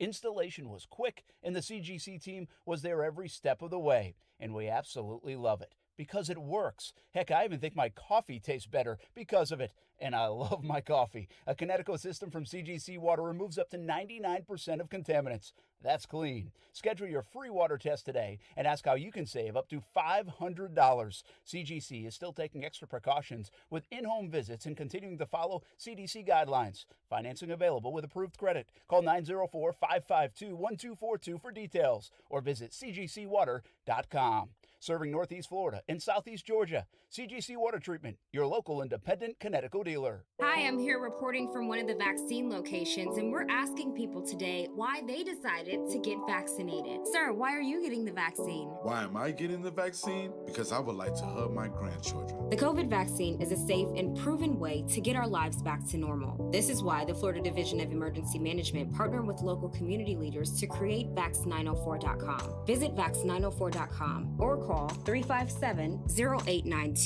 to get more information. Vote for this week's ESPN 690 High School Athlete of the Week, presented by Honda of the Avenues. Each week, an athlete with the most votes will be announced on Action Sports JAGS. To vote or nominate your favorite student athlete, go to ESPN690.com or check us out on ESPN 690's Facebook page.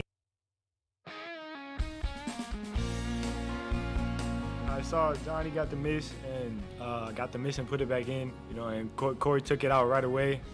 Corey, come here. And I got as many dribbles as I can, tried to get as close as I could. He was actually right under me. I just put it up. I was fading away with it, and dude, it went off the backboard and in, and I don't know. I've always wanted to run up on the table and, like Kobe and D-Wade and go like that. And that's the first thing I did. But man, that's something that you practice, on your mini hoop as a kid or in the gym, just messing around, and to be able to do that, it's crazy.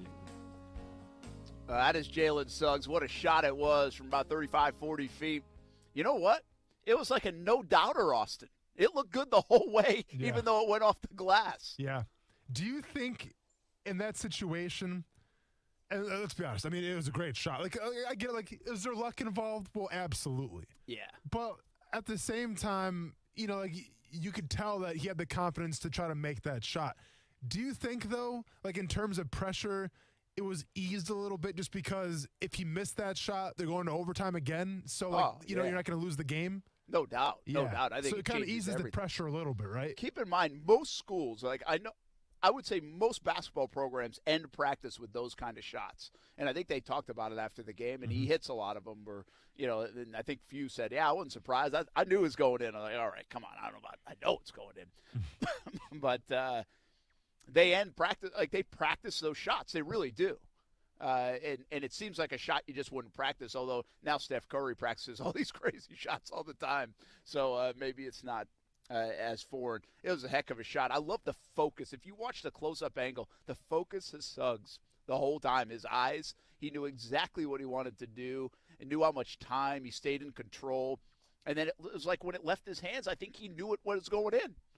I really did. Yeah. It looked that good the whole way. So we get Gonzaga and Baylor tonight. Who do you like? I think I think Gonzaga, they had the rough one. They got the rough one out of their system, and now it's all systems go. But go ahead and give me Baylor. I've been picking against Gonzaga, it seems like, the entire time.